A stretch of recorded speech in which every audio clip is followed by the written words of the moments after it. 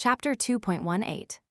How a great scholar of England would have argued against Pantagruel, and was overcome by Panurge.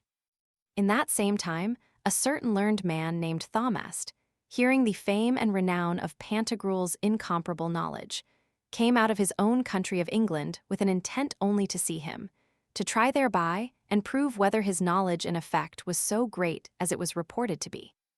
In this resolution being arrived at Paris, he went forthwith unto the house of the said Pantagruel, who was lodged in the palace of Saint Denis, and was then walking in the garden thereof with Panurge, philosophizing after the fashion of the Peripatetics. At his first entrance he startled, and was almost out of his wits for fear, seeing him so great and so tall. Then did he salute him courteously as the manner is, and said unto him, Very true it is, saith Plato the prince of philosophers, that if the image and knowledge of wisdom were corporeal and visible to the eyes of mortals, it would stir up all the world to admire her. Which we may the rather believe that the very bare report thereof, scattered in the air, if it happen to be received into the ears of men, who, for being studious and lovers of virtuous things are called philosophers, doth not suffer them to sleep nor rest in quiet, but so pricketh them up, and sets them on fire to run unto the place where the person is, in whom the said knowledge is said to have built her temple and uttered her oracles.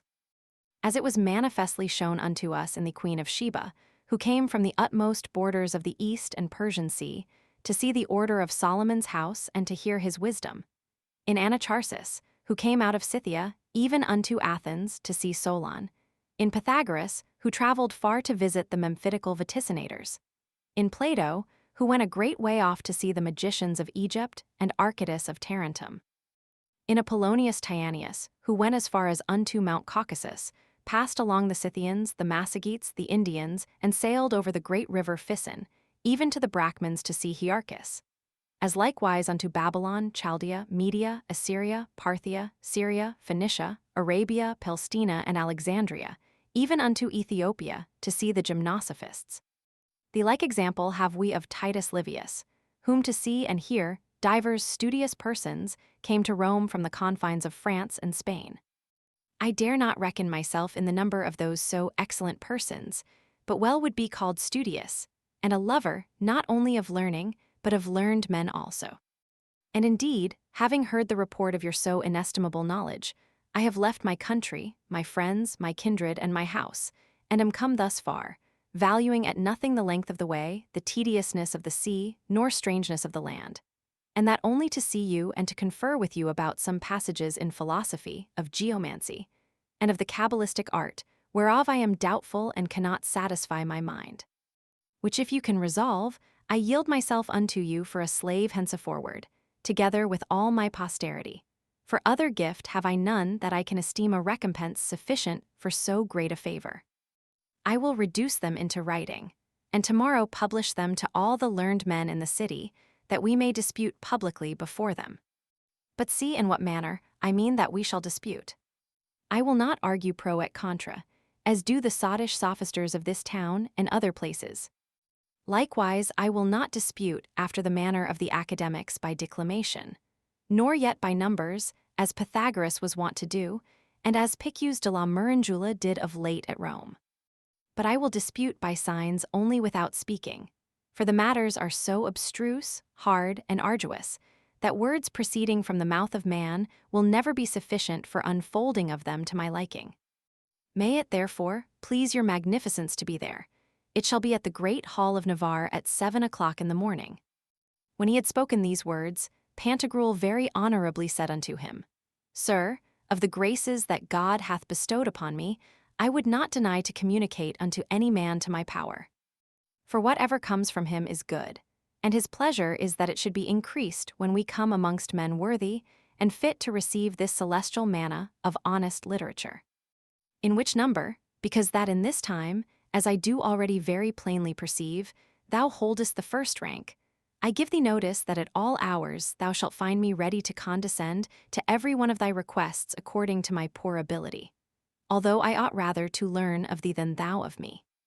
But as thou hast protested, we will confer of these doubts together, and will seek out the resolution, even unto the bottom of that undrainable well where Heraclitus says the truth lies hidden.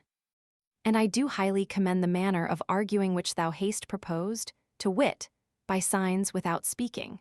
For by this means thou and I shall understand one another well enough, and yet shall be free from this clapping of hands, which these blockish sophisters make, when any of the arguers hath gotten the better of the argument. Now tomorrow I will not fail to meet thee at the place and hour that thou hast appointed, but let me entreat thee that there be not any strife or uproar between us, and that we seek not the honor and applause of men, but the truth only. To which Thamast answered, The Lord God maintain you in his favor and grace, and, instead of my thankfulness to you, pour down his blessings upon you, for that your highness and magnificent greatness hath not disdained to descend to the grant of the request of my poor baseness. So farewell till tomorrow. Farewell, said Pantagruel. Gentlemen, you that read this present discourse, think not that ever men were more elevated and transported in their thoughts than all this night were both Thamast and Pantagruel. For the said Thamast said to the keeper of the house of Cluny, where he was lodged, that in all his life he had never known himself so dry as he was that night. I think, said he, that Pantagruel held me by the throat. Give order, I pray you, that we may have some drink, and see that some fresh water be brought to us, to gargle my palate. On the other side, Pantagruel stretched his wits as high as he could, entering into very deep and serious meditations, and did nothing all that night but dote upon and turn over the book of Beda, De Numeris et Signis, Plotin's book De Inerabilibus, the book of Proclus de Magia, the book of Artemidorus Piri Woneracriticon, of Anaxagoras Piri Zemnian, Denarius Piri Aphaton, the books of Philistin, Hipponax Peri Inkfonton, and a rabble of others, so long that Panurge said unto him, My lord, leave all these thoughts and go to bed. For I perceive your spirits to be so troubled by a too intensive bending of them, that you may easily fall into some quotidian fever with this so excessive thinking and plotting.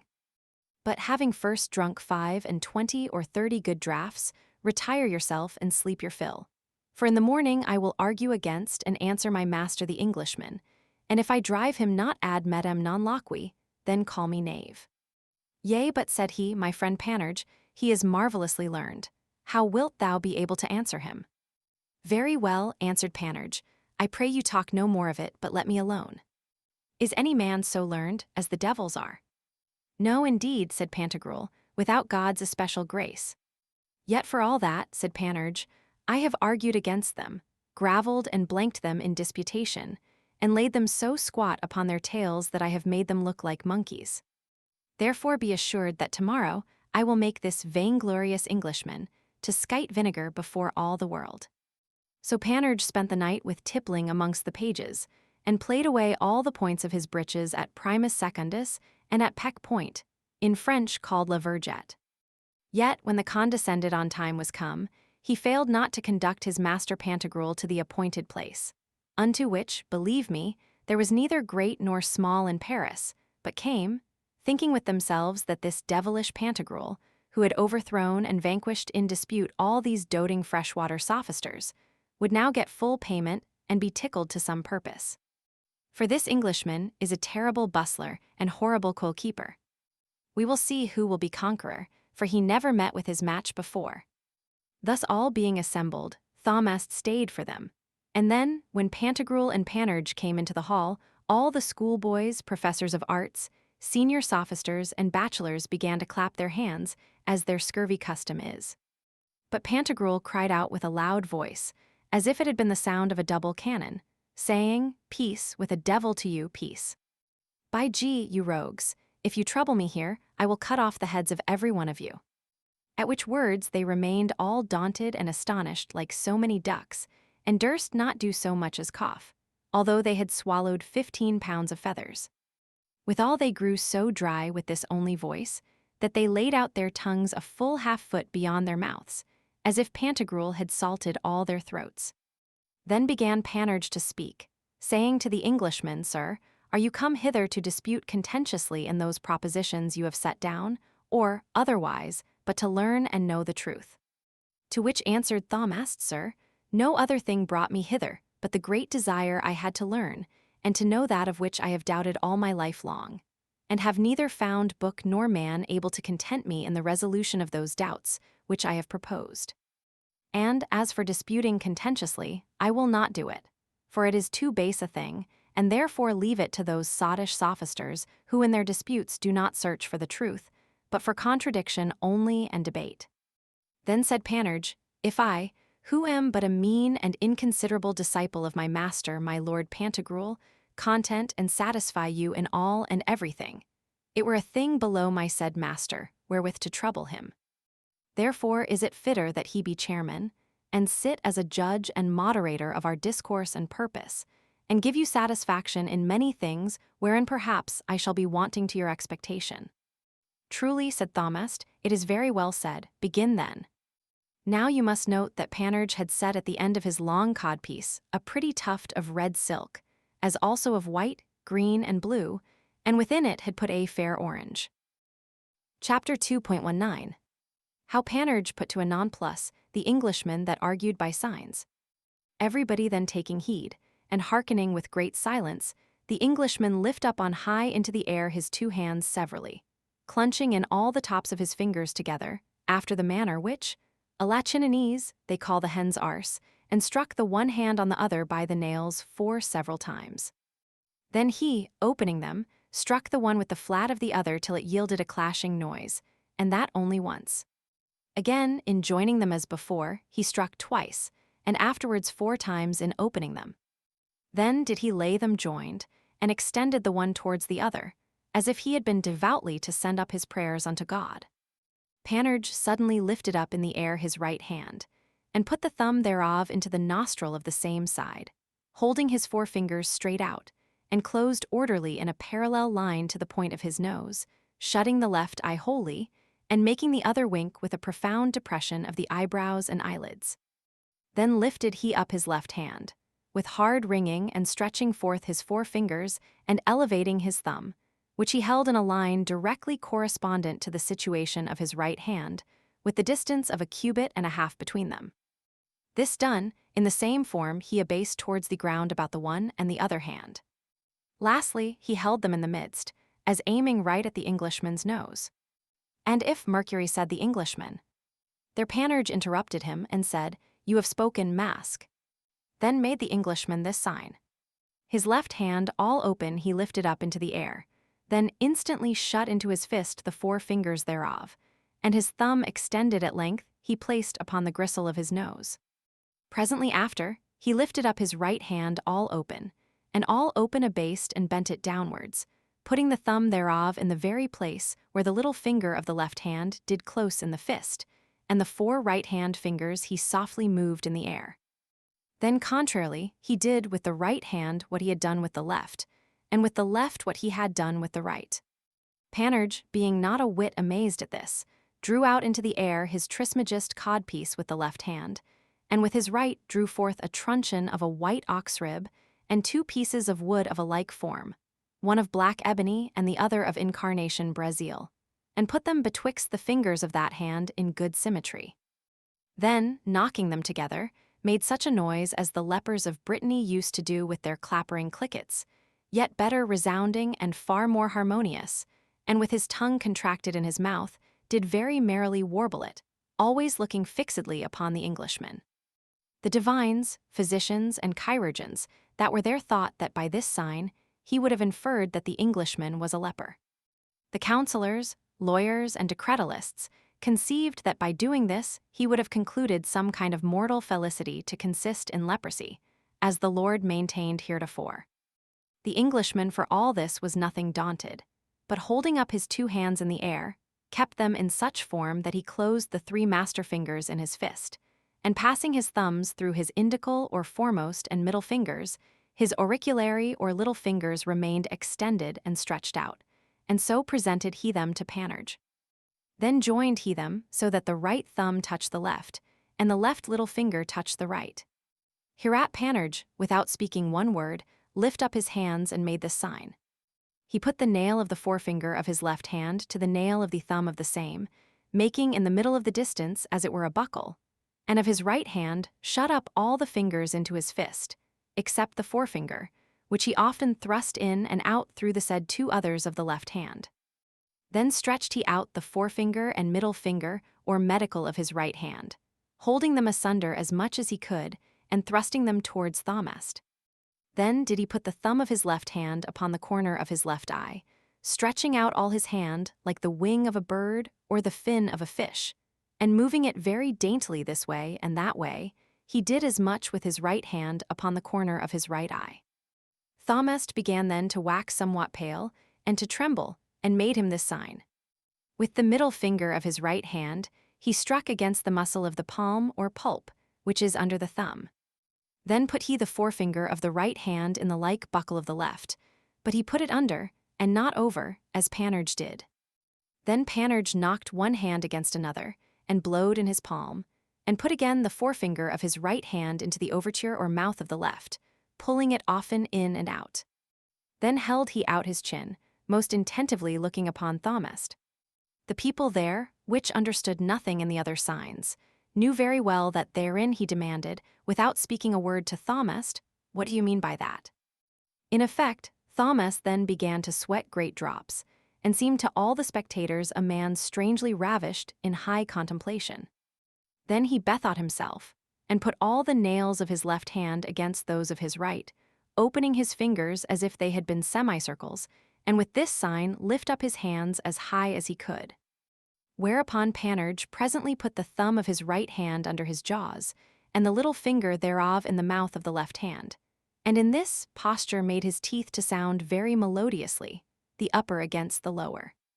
With this Thomest, with great toil and vexation of spirit, rose up, but in rising let a great baker's fart, for the bran came after, and pissing withal very strong vinegar, stunk like all the devils in hell. The company began to stop their noses, for he had conskited himself with mere anguish and perplexity. Then lifted he up his right hand, clenching it in such sort that he brought the ends of all his fingers to meet together, and his left hand he laid flat upon his breast. Whereat Panurge drew out his long codpiece with his tuff, and stretched it forth a cubit and a half, holding it in the air with his right hand, and with his left took out his orange, and, casting it up into the air 7 times, at the 8th he hid it in the fist of his right hand, holding it steadily up on high, and then began to shake his fair codpiece, showing it to Thomest. After that, Thomest began to puff up his 2 cheeks like a player on a bagpipe, and blew as if he had been to puff up a pig's bladder.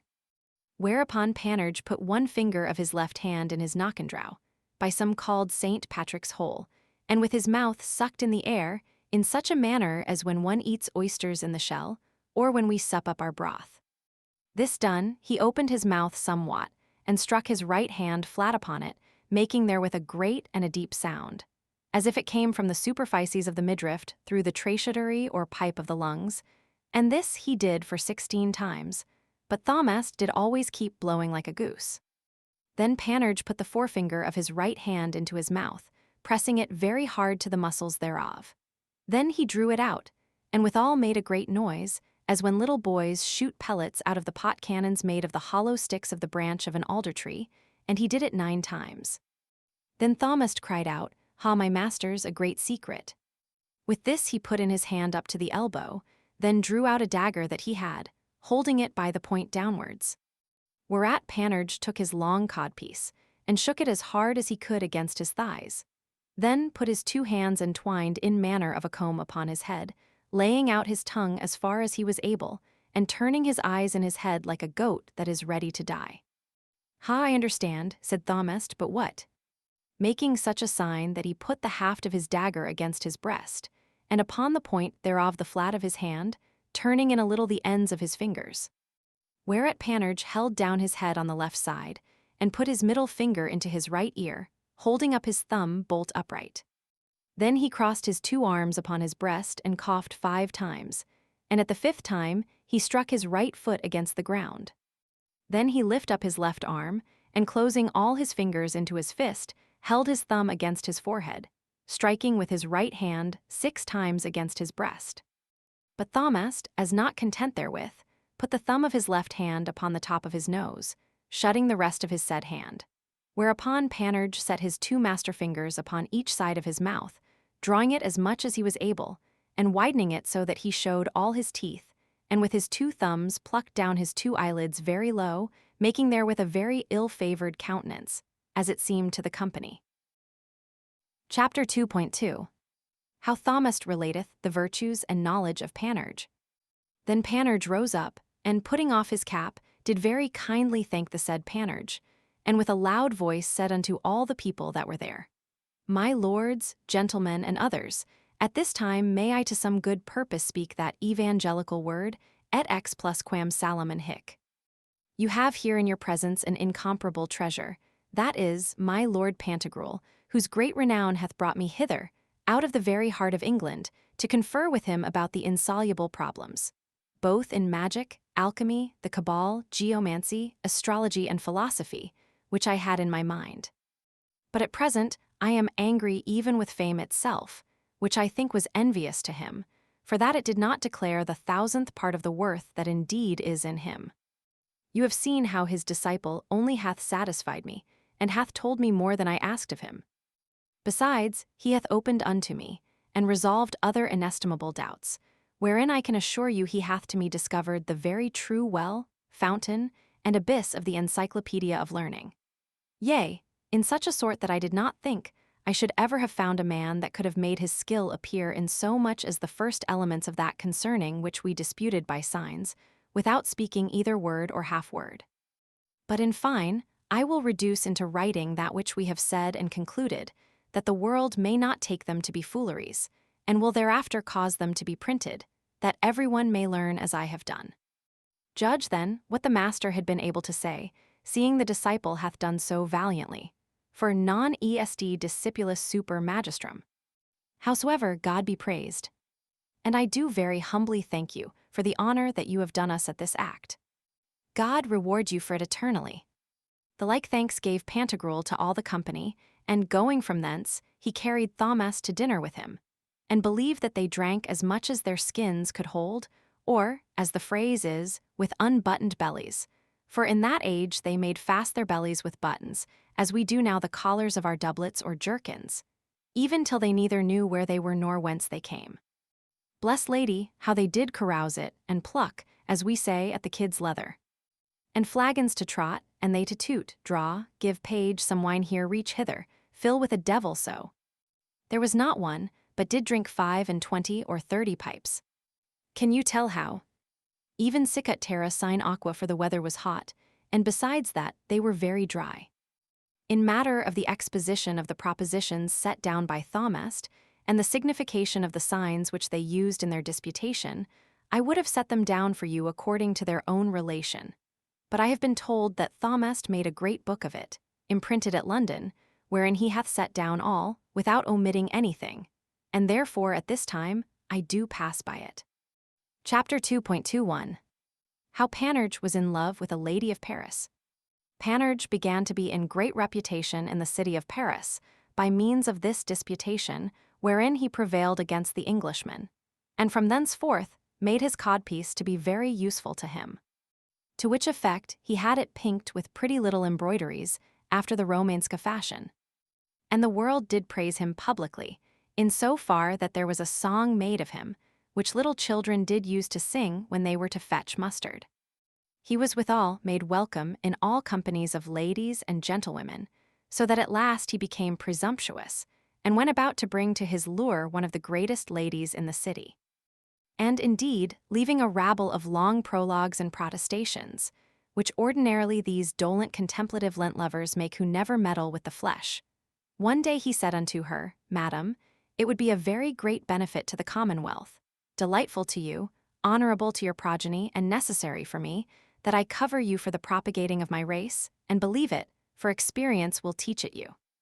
The lady at this word thrust him back above 100 leagues, saying, You mischievous fool, is it for you to talk thus unto me? Whom do you think you have in hand? Begone, never to come in my sight again, for, if one thing were not, I would have your legs and arms cut off. Well, said he, that were all one to me, to want both legs and arms, provided you and I had but one merry bout together at the Brangle-Buttock game. For here within is in showing her his long codpiece master John Thursday, who will play you such an antic that you shall feel the sweetness thereof even to the very marrow of your bones.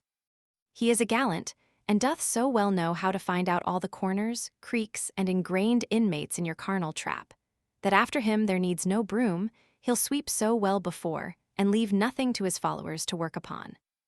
Whereunto the lady answered, Go, villain, go. If you speak to me one such word more, I will cry out and make you to be knocked down with blows. Ha, said he, you are not so bad as you say no, or else I am deceived in your physiognomy. For sooner shall the earth mount up unto the heavens, and the highest heavens descend unto the hells, and all the course of nature be quite perverted, than that in so great beauty and neatness as in you is there should be one drop of gall or malice. They say, indeed, that hardly shall a man ever see a fair woman that is not also stubborn.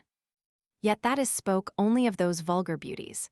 But yours is so excellent, so singular, and so heavenly, that I believe nature hath given it you as a paragon and masterpiece of her art, to make us know what she can do when she will employ all her skill and all her power. There is nothing in you but honey, but sugar, but a sweet and celestial manna. To you it was to whom Paris ought to have adjudged the golden apple, not to Venus, no, nor to Juno, nor to Minerva, for never was there so much magnificence in Juno, so much wisdom in Minerva, nor so much comeliness in Venus as there is in you. O heavenly gods and goddesses! How happy shall that man be to whom you will grant the favor to embrace her, to kiss her, and to rub his bacon with hers. By G, that shall be I know it well. For she loves me already her belly full, I am sure of it, and so was I predestinated to it by the fairies. And therefore, that we lose no time, put on, thrust out your gammons, and would have embraced her. But she made as if she would put out her head at the window to call her neighbors for help. Then Panurge on a sudden ran out, and in his running away said, Madam, stay here till I come again. I will go call them myself, do not you take so much pains. Thus went he away, not much caring for the repulse he had got, nor made he any whit the worse cheer for it. The next day he came to the church at the time she went to mass. At the door he gave her some of the holy water, bowing himself very low before her. Afterwards he kneeled down by her very familiarly, and said unto her, Madam, know that I am so amorous of you that I can neither piss nor dung for love. I do not know, lady, what you mean, but if I should take any hurt by it, how much you would be to blame. Go, said she, go. I do not care, let me alone to say my prayers. I but, said he, equivocate upon this, a Beaumont le Vicomte, or to fair mount the prick cunts. I cannot, said she. It is, said he, a beau con levit monte, or to a fair sea. The PR mounts, and upon this, pray to God to give you that which your noble heart desireth, and I pray you give me these paternosters. Take them, said she, and trouble me no longer. This done, she would have taken off her paternosters, which were made of a kind of yellow stone called cestrin, and adorned with great spots of gold. But Panurge nimbly drew out one of his knives, wherewith he cut them off very handsomely, and whilst he was going away to carry them to the broker's, he said to her, Will you have my knife? No, no, said she. But said he, to the purpose, I am at your commandment, body and goods, tripes and bowels. In the meantime the lady was not very well content with the want of her paternosters, for they were one of her implements to keep her countenance by in the church. Then thought with herself, this bold flouting royster is some giddy, fantastical, light-headed fool of a strange country. I shall never recover my paternosters again. What will my husband say? He will no doubt be angry with me. But I will tell him that a thief hath cut them off from my hands in the church, which he will easily believe, seeing the end of the ribbon left at my girdle. After dinner Panurge went to see her, carrying in his sleeve a great purse full of palace grounds, called counters, and began to say unto her, Which of us two loveth other best, you me, or I you? Whereunto she answered, As for me, I do not hate you, for as God commands, I love all the world. But to the purpose, said he, are not you in love with me? I have, said she, told you so many times already that you should talk so no more to me, and if you speak of it again, I will teach you that I am not one to be talked unto dishonestly. Get you hence packing, and deliver me my paternosters, that my husband may not ask me for them. How now, madam, said he, your paternosters? Nay, by mine oath, I will not do so, but I will give you others. Had you rather have them of gold well enameled in great round knobs, or after the manner of love knots?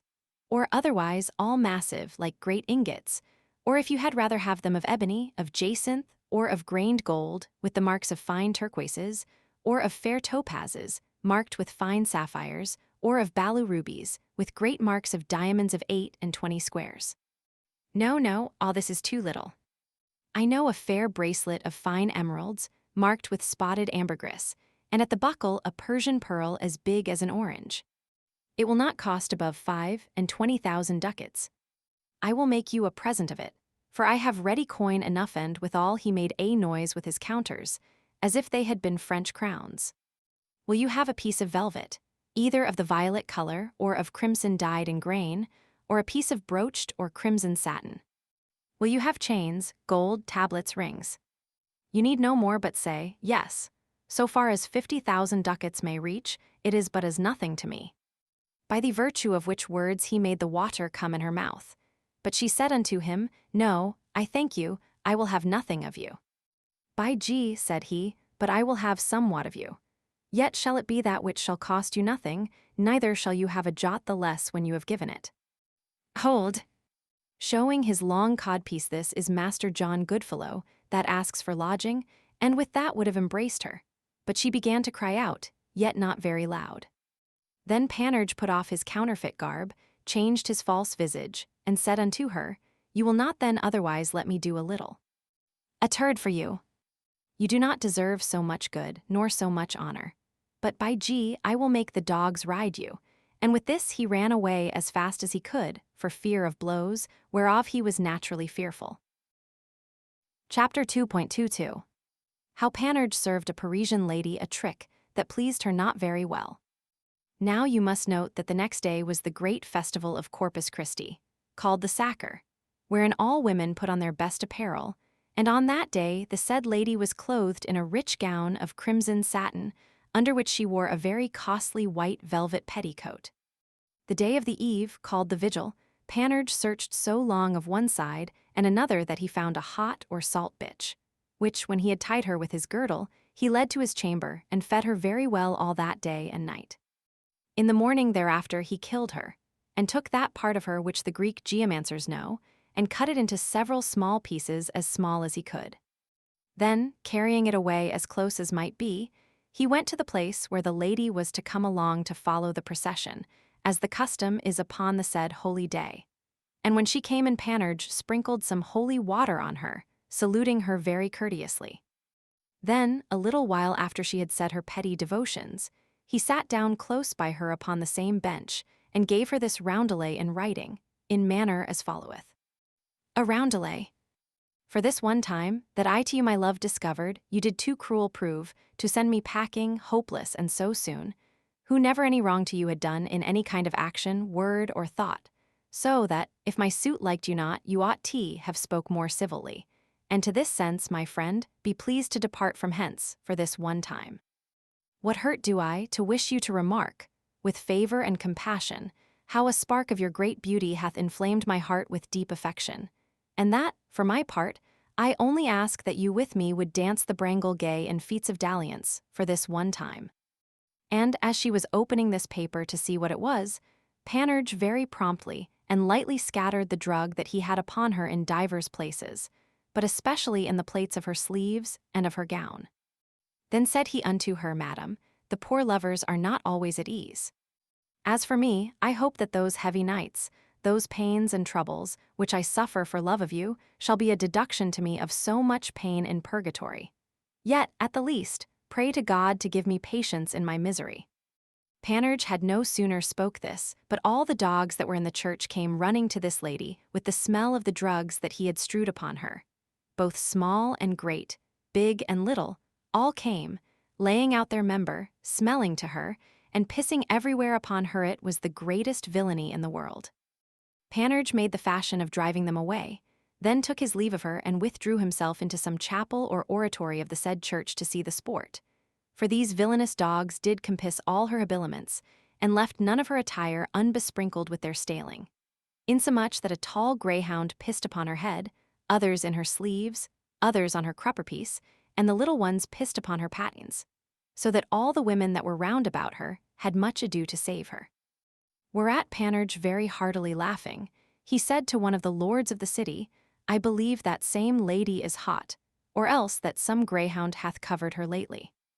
And when he saw that all the dogs were flocking about her, yarring at the retardment of their access to her, and every way keeping such a coil with her as they are wont to do about a proud or salt bitch, he forthwith departed from thence, and went to call Pantagruel, not forgetting in his way alongst the streets through which he went, where he found any dogs to give them a bang with his foot, saying, Will you not go with your fellows to the wedding? Away hence, avant, with a devil avant. And being come home, he said to Pantagruel, Master, I pray you come and see all the dogs of the country, how they are assembled about a lady, the fairest in the city, and would duffle and line her. Whereunto Pantagruel willingly condescended, and saw the mystery, which he found very pretty and strange. But the best was at the procession, in which were seen above 600,014 dogs about her, which did very much trouble and molest her. And whithersoever she passed, those dogs that came afresh, tracing her footsteps, followed her at the heels, and pissed in the way where her gown had touched. All the world stood gazing at this spectacle, considering the countenance of those dogs, who, leaping up, got about her neck and spoiled all her gorgeous accoutrements, for the which she could find no remedy but to retire unto her house, which was a palace. Thither she went, and the dogs after her. She ran to hide herself, but the chambermaids could not abstain from laughing. When she was entered into the house and had shut the door upon herself, all the dogs came running of half a league round, and did so well bepiss the gate of her house that there they made a stream with their urine, wherein a duck might have very well swimmed. And it is the same current that now runs at St. Victor, in which Gobelin dieth scarlet, for the specifical virtue of these piss dogs, as our master Doribus did heretofore preach publicly. So may God help you, a mill would have ground corn with it. Yet not so much as those of Basical at Toulouse. Chapter 2.23 How Pantagruel departed from Paris, hearing news that the Dipsodes had invaded the land of the Amorats, and the cause wherefore the leagues are so short in France. A little while after Pantagruel heard news that his father Gargantua had been translated into the land of the fairies by Morgue, as heretofore were Augier and Arthur. As also, in the original edition it stands together, and that, 1000. That the report of his translation being spread abroad, the Dipsodes had issued out beyond their borders, with inroads had wasted a great part of Utopia, and at that very time had besieged the great city of the Amorats. Whereupon, departing from Paris without bidding any man farewell, for the business required diligence, he came to Rouen. Now Pantagruel in his journey, seeing that the leagues of that little territory about Paris called France were very short in regard of those of other countries, demanded the cause and reason of it from Panurge, who told him a story which Maratus of the Lac, Monachus, set down in the Acts of the Kings of Cannar, saying that in old times countries were not distinguished into leagues, miles, furlongs, nor parasangs, until that King Pharamond divided them, which was done in manner as followeth. The said king chose at Paris 100 fair, gallant, lusty, brisk young men, all resolute and bold adventurers in Cupid's duels, together with 100 comely, pretty, handsome, lovely, and well-complexioned wenches of Picardy, all which he caused to be well entertained and highly fed for the space of 8 days. Then having called for them, he delivered to every one of the young men his wench, with store of money to defray their charges, and this injunction besides, to go unto divers places here and there. And wheresoever they should biscot and thrum their wenches, that, they setting a stone there, it should be accounted for a league. Thus went away those brave fellows and sprightly blades most merrily, and because they were fresh and had been at rest, they very often jummed and fanfreluched almost at every field's end. And this is the cause why the leagues about Paris are so short. But when they had gone a great way, and were now as weary as poor devils, all the oil in their lamps being almost spent, they did not chink and duffle so often, but contented themselves, I mean for the men's part, with one scurvy paltry bout in a day, and this is that which makes the leagues in Brittany, Delaines, Germany, and other more remote countries so long. Other men give other reasons for it, but this seems to me of all other the best. To which Pantagruel willingly adhered. Parting from Rouen, they arrived at Honfleur, where they took shipping, Pantagruel, Panurge, Epistemon, Eusthenes, and Carpelin.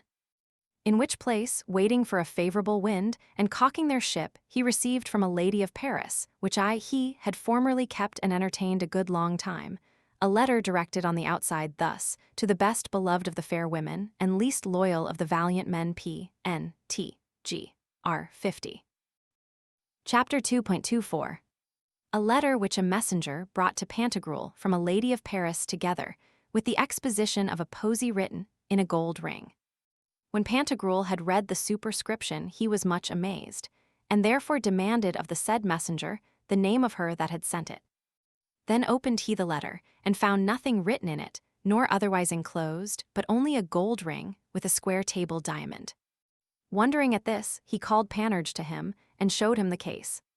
Whereupon Panurge told him that the leaf of paper was written upon, but with such cunning and artifice that no man could see the writing at the first sight. Therefore, to find it out, he set it by the fire to see if it was made with sal ammoniac soaked in water. Then put he it into the water, to see if the letter was written with the juice of tithamal. After that he held it up against the candle, to see if it was written with the juice of white onions. Then he rubbed one part of it with oil of nuts, to see if it were not written with the lee of a fig tree, and another part of it with the milk of a woman giving suck to her eldest daughter, to see if it was written with the blood of red toads or green earth frogs. Afterwards he rubbed one corner with the ashes of a swallow's nest, to see if it were not written with the dew that is found within the herb alcacongy, called the winter cherry. He rubbed, after that, one end with earwax, to see if it were not written with the gall of a raven. Then did he dip it into vinegar, to try if it was not written with the juice of the garden spurge. After that he greased it with the fat of a bat or flittermouse, to see if it was not written with the sperm of a whale, which some call ambergris. Then put it very fairly into a basin full of fresh water, and forthwith took it out, to see whether it were written with stone alum. But after all experiments, when he perceived that he could find out nothing, he called the messenger and asked him, "Good fellow, the lady that sent thee hither, did she not give thee a staff to bring with thee?" Thinking that it had been according to the conceit, whereof Aulus Gellius maketh mention. And the messenger answered him, "No, sir." Then Panurge would have caused his head to be shaven, to see whether the lady had written upon his bald pate, with the hard lie whereof soap is made, that which she meant. But perceiving that his hair was very long, he forbore, considering that it could not have grown to so great a length in so short a time. Then he said to Pantagruel, "Master, by the virtue of G, I cannot tell what to do nor say in it. For to know whether there be anything written upon this or no, I have made use of a good part of that which Master Francisco di Nianto, the Tuscan, sets down, who hath written the manner of reading letters that do not appear, that which Zoroasts published, Peri Grammaton Acriton, and Calphurnius Bossue's De Litteris Illegibilibus. But I can see nothing, nor do I believe that there is anything else in it than the ring. Let us therefore look upon it." Which when they had done, they found this in Hebrew written within Lamech Saba, ch Thani, whereupon they called Epistemon and asked him what that meant. To which he answered that they were Hebrew words, signifying, "Wherefore hast thou forsaken me?" Upon that Panurge suddenly replied, "I know the mystery. Do you see this diamond? It is a false one. This then is the exposition of that which the lady means, diamond foe, that is, false lover, why hast thou forsaken me?" Which interpretation Pantagruel presently understood, and withal remembering that at his departure he had not bid the lady farewell, he was very sorry, and would fain have returned to Paris to make his peace with her. But Epistemon put him in mind of Aeneas's departure from Dido, and the saying of Heraclitus of Tarentum, that the ship being at anchor, when need requireth we must cut the cable rather than lose time about untying of it, and that he should lay aside all other thoughts to succor the city of his nativity, which was then in danger. And indeed, within an hour after that the wind arose at the north-northwest, wherewith they hoist sail, and put out even into the main sea, so that within few days, passing by Porto Sancto and by the Madeiras, they went ashore in the Canary Islands. Parting from thence, they passed by Capobianco, by Senege, by Caphavard, by Gamber, by Sagres, by Melli, by the Cap di Buona Speranza, and set ashore again in the kingdom of Melinda. Parting from thence, they sailed away with a tramontane or northerly wind, passing by Medin, by Uti, by Udin, by Gelassim, by the Isles of the Fairies, and alongst the kingdom of Achori, till at last they arrived at the port of Utopia, distant from the city of the Amorots 3 leagues and somewhat more. When they were ashore and pretty well refreshed, Pantagruel said, "Gentlemen, the city is not far from hence. Therefore, were it not amiss, before we set forward, to advise well what is to be done, that we be not like the Athenians, who never took counsel until after the fact. Are you resolved to live and die with me?" "Yes, sir," said they all, "and be as confident of us as of your own fingers." "Well," said he, "there is but one thing that keeps my mind in great doubt and suspense, which is this, that I know not in what order nor of what number the enemy is that layeth siege to the city. For, if I were certain of that, I should go forward and set on with the better assurance. Let us therefore consult together, and bethink ourselves by what means we may come to this intelligence." Whereunto they all said, "Let us go thither and see, and stay you here for us. For this very day, without further respite, do we make account to bring you a certain report thereof." "Myself," said Panurge, "will undertake to enter into their camp, within the very midst of their guards, unespied by their watch, and merrily feast and lecher it at their cost, without being known of any, to see the artillery and the tents of all the captains, and thrust myself in with a grave and magnific carriage amongst all their troops and companies, without being discovered. The devil would not be able to peck me out with all his circumventions, for I am of the race of Zopyrus. And I, said Epistemon, know all the plots and stratagems of the valiant captains and warlike champions of former ages, together with all the tricks and subtleties of the art of war. I will go, and, though I be detected and revealed, I will escape by making them believe of you whatever I please, for I am of the race of Sinon. I, said Eusthenes, will enter and set upon them in their trenches, in spite of their sentries and all their guards. For I will tread upon their bellies and break their legs and arms, yea, though they were every whit as strong as the devil himself, for I am of the race of Hercules. And I, said Carpalin, will get in there if the birds can enter, for I am so nimble of body, and light withal, that I shall have leaped over their trenches, and ran clean through all their camp, before that they perceive me. Neither do I fear shot, nor arrow, nor horse, how swift soever, were he the Pegasus of Perseus or Pacolet, being assured that I shall be able to make a safe and sound escape before them all without any hurt. I will undertake to walk upon the ears of corn or grass in the meadows, without making either of them do so much as bow under me, for I am of the race of Camilla the Amazon. Chapter 2.25 How Panurge, Carpalin, Eusthenes, and Epistemon, the gentlemen attendants of Pantagruel, vanquished and discomfited 660 horsemen very cunningly. As he was speaking this, they perceived 660 light horsemen, gallantly mounted, who made an outrode thither to see what ship it was that was newly arrived in the harbor, and came in a full gallop to take them if they had been able. Then said Pantagruel, "My lads, retire yourselves unto the ship. Here are some of our enemies coming apace, but I will kill them here before you like beasts, although they were 10 times so many. In the meantime, withdraw yourselves, and take your sport at it." Then answered Panurge, "No, sir, there is no reason that you should do so, but on the contrary, retire you unto the ship, both you and the rest, for I alone will here discomfit them. But we must not linger. Come, set forward." Whereunto the others said, "It is well advised, sir. Withdraw yourself, and we will help Panurge here, so shall you know what we are able to do." Then said Pantagruel, "Well, I am content, but if that you be too weak, I will not fail to come to your assistance." With this Panurge took 2 great cables of the ship, and tied them to the kemstock or capstan which was on the deck towards the hatches, and fastened them in the ground, making a long circuit, the one further off, the other within that. Then said he to Epistemon, "Go aboard the ship, and when I give you a call, turn about the capstan upon the orlop diligently, drawing unto you the 2 cable ropes. And said to Eusthenes and to Carpalin, my bullies, stay you here, and offer yourselves freely to your enemies. Do as they bid you, and make as if you would yield unto them, but take heed you come not within the compass of the ropes, be sure to keep yourselves free of them." And presently he went aboard the ship, and took a bundle of straw and a barrel of gunpowder, strewed it round about the compass of the cords, and stood by with a brand of fire or match lighted in his hand. Presently came the horsemen with great fury, and the foremost ran almost home to the ship, and by reason of the slipperiness of the bank, they fell, they and their horses, to the number of 44.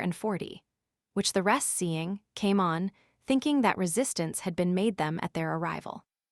But Panurge said unto them, My masters, I believe that you have hurt yourselves. I pray you pardon us, for it is not our fault, but the slipperiness of the sea water that is always flowing. We submit ourselves to your good pleasure. So said likewise his two other fellows, and Epistemon that was upon the deck. In the meantime Panurge withdrew himself, and seeing that they were all within the compass of the cables, and that his two companions were retired, making room for all those horses which came in a crowd, thronging upon the neck of one another to see the ship and such as were in it, cried out on a sudden to Epistemon, Draw, draw. Then began Epistemon to wind about the capstan, by doing whereof the two cables so entangled and impestered the legs of the horses, that they were all of them thrown down to the ground easily, together with their riders. But they, seeing that, drew their swords and would have cut them, whereupon Panurge set fire to the train, and there burnt them up all like damned souls, both men and horses, not one escaping save one alone, who being mounted on a fleet turkey courser, by mere speed and flight got himself out of the circle of the ropes. But when Carpalin perceived him, he ran after him with such nimbleness and celerity that he overtook him in less than 100 paces.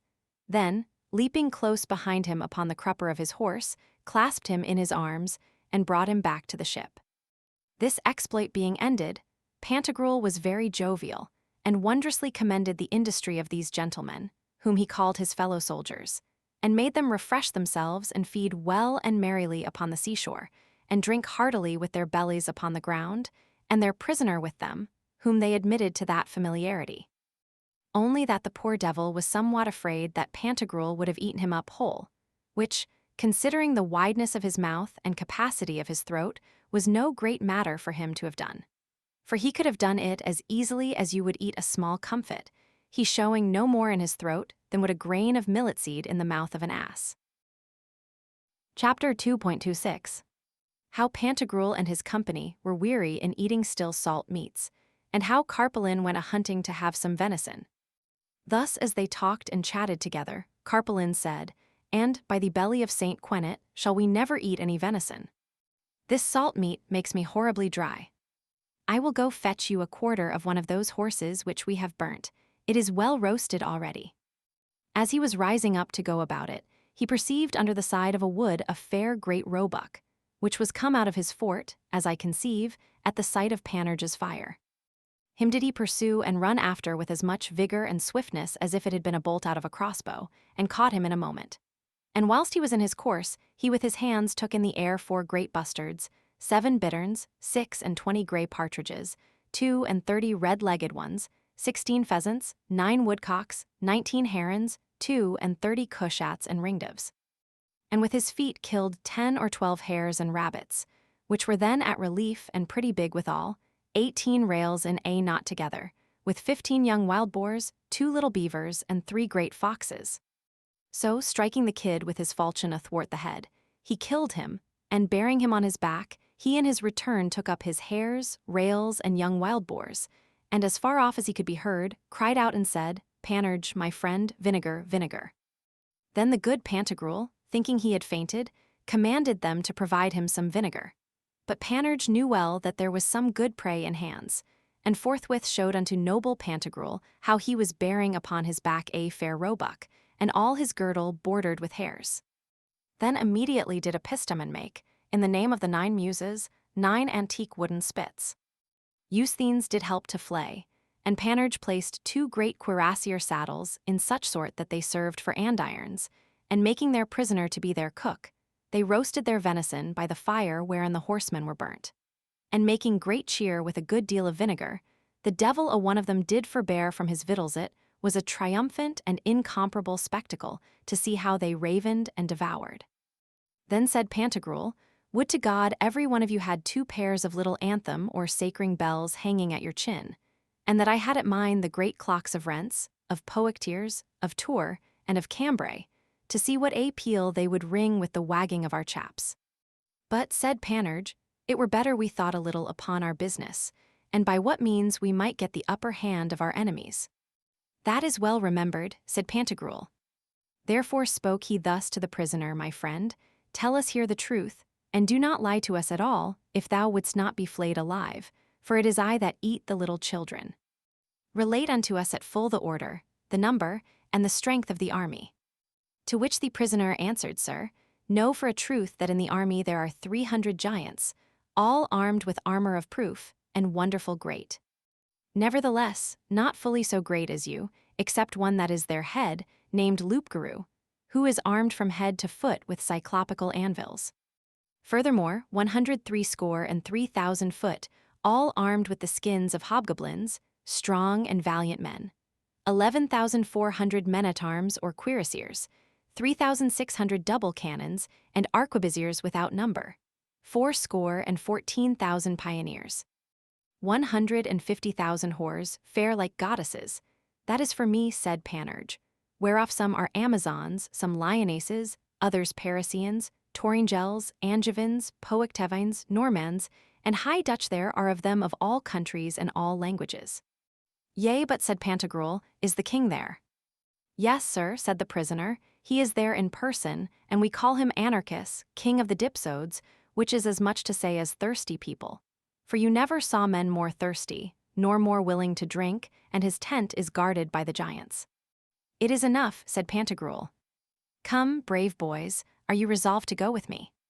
To which Panurge answered, God confound him that leaves you.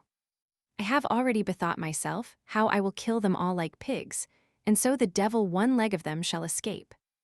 But I am somewhat troubled about one thing. And what is that? Said Pantagruel. It is, said Panurge, how I shall be able to set forward to the justling and bragmardizing of all the whores that be there this afternoon, in such sort that there escape not one unbumped by me, breasted and jummed after the ordinary fashion of man and women in the Venetian conflict. Ha ha ha ha, said Pantagruel. And Carpalin said, the devil take these sinkholes, if by G, I do not bombast some one of them. Then said Eusthenes, what? Shall not I have any, whose paces, since we came from Rouen, were never so well winded up as that my needle could mount to 10 or 11 o'clock, till now that I have it hard, stiff, and strong, like 100 devils. Truly, said Panurge, thou shalt have of the fattest, and of those that are most plump and in the best case. How now? Said Epistemon, every one shall ride, and I must lead the ass. The devil take him that will do so. We will make use of the right of war, qui potest capere, capiat. No, no, said Panurge, but tie thine ass to a crook, and ride as the world doth. And the good Pantagruel laughed at all this, and said unto them, you reckon without your host. I am much afraid that, before it be night, I shall see you in such taking that you will have no great stomach to ride, but more like to be rode upon with sound blows of pike and lance. Baste, said Epistemon, enough of that. I will not fail to bring them to you, either to roast or boil, to fry or put in paste. They are not so many in number as were in the army of Xerxes, for he had 300,000 fighting men, if you will believe Herodotus and Trogus Pompeius, and yet Themistocles with a few men overthrew them all. For God's sake, take you no care for that.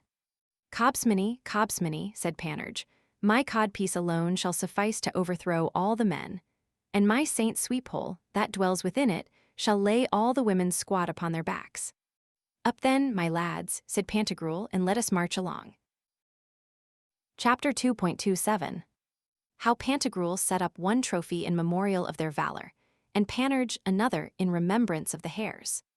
How Pantagruel likewise with his farts begat little men, and with his fisks little women, and how Panurge broke a great staff over 2 glasses.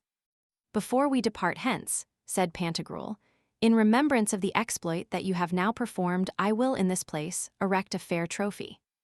Then every man amongst them, with great joy and fine little country songs, set up a huge big post, whereunto they hanged a great cuirassier saddle, the frontstel of a barbed horse, bridle bosses, pulley pieces for the knees, stirrup leathers, spurs, stirrups, a coat of mail, a corslet tempered with steel, a battle-axe, a strong, short, and sharp horseman's sword, a gauntlet, a horseman's mace, gushet armor for the armpits, leg harness, and a gorget. With all other furniture needful for the decorment of a triumphant arch, in sign of a trophy. And then Pantagruel, for an eternal memorial, wrote this victorial ditton as followeth.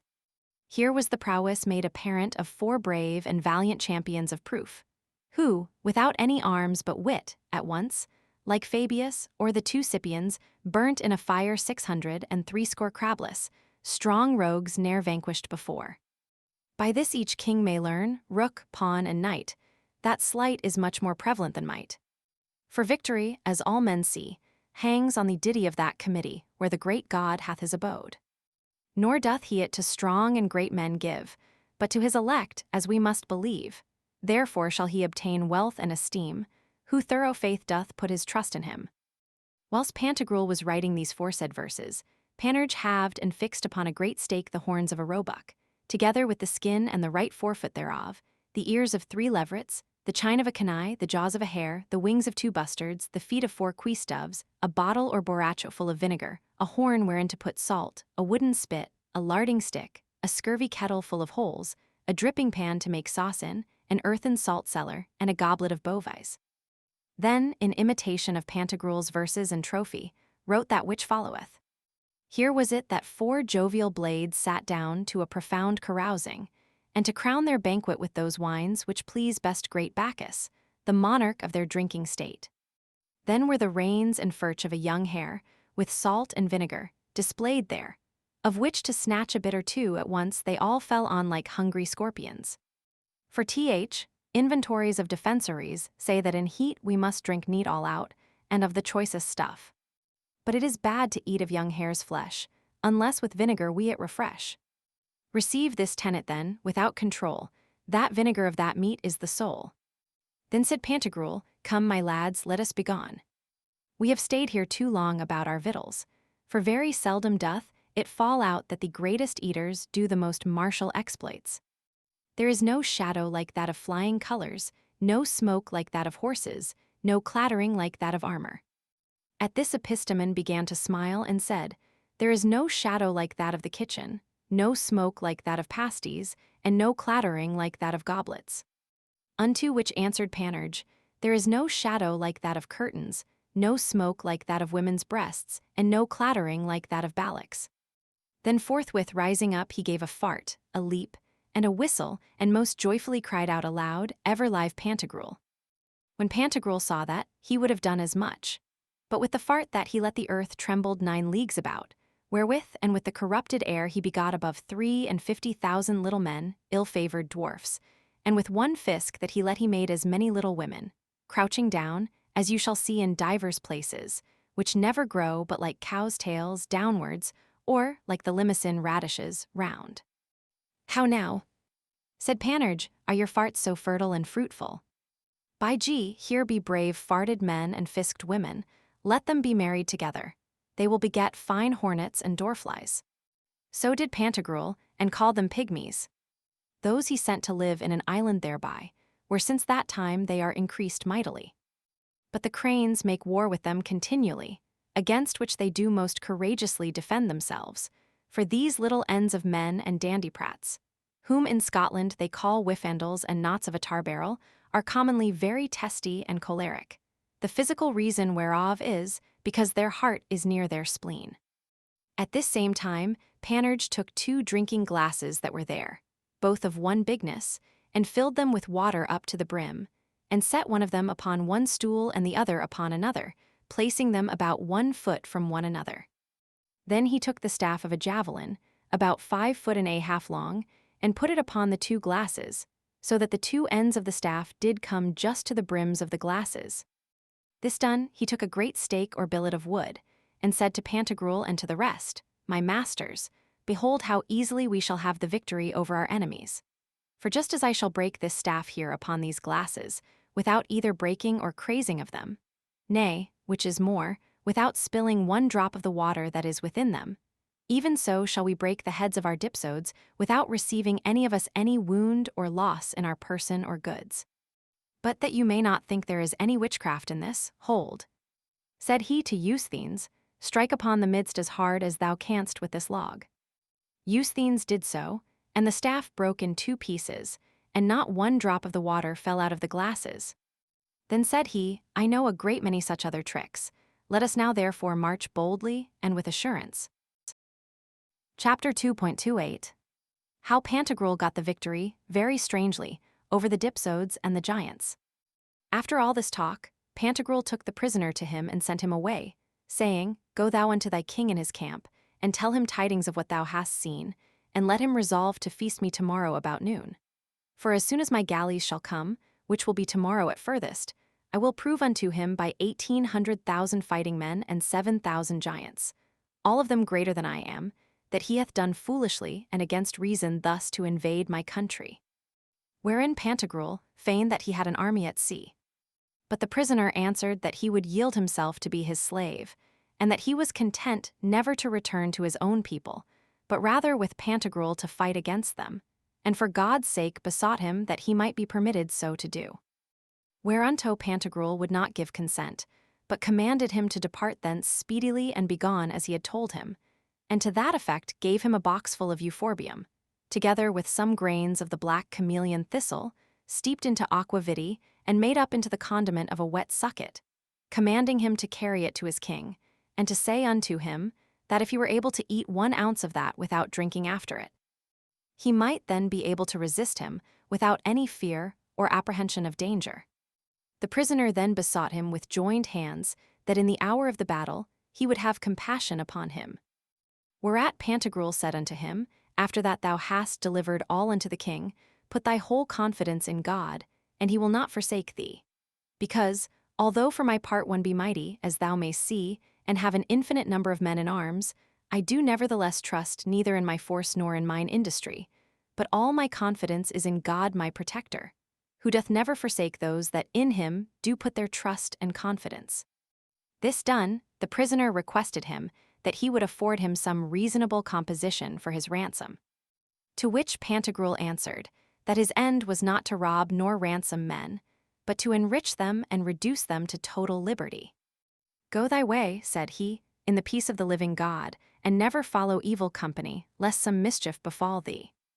The prisoner being gone, Pantagruel said to his men, Gentlemen, I have made this prisoner believe that we have an army at sea, as also that we will not assault them till tomorrow at noon, to the end that they, doubting of the great arrival of our men, may spend this night in providing and strengthening themselves.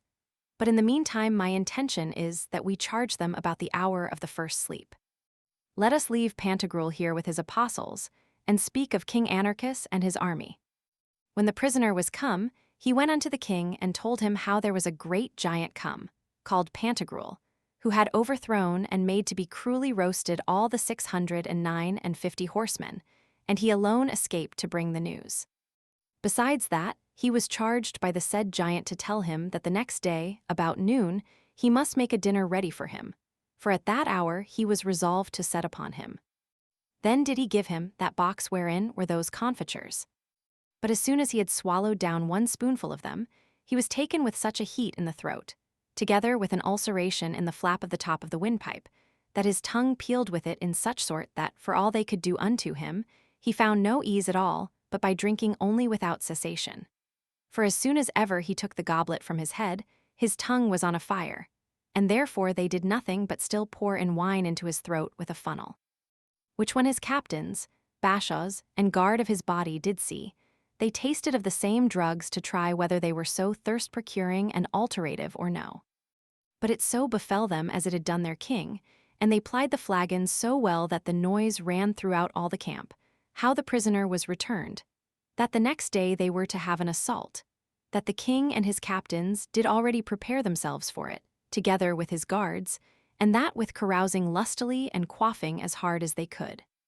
Every man, therefore, in the army began to tipple, ply the pot, swill and guzzle it as fast as they could.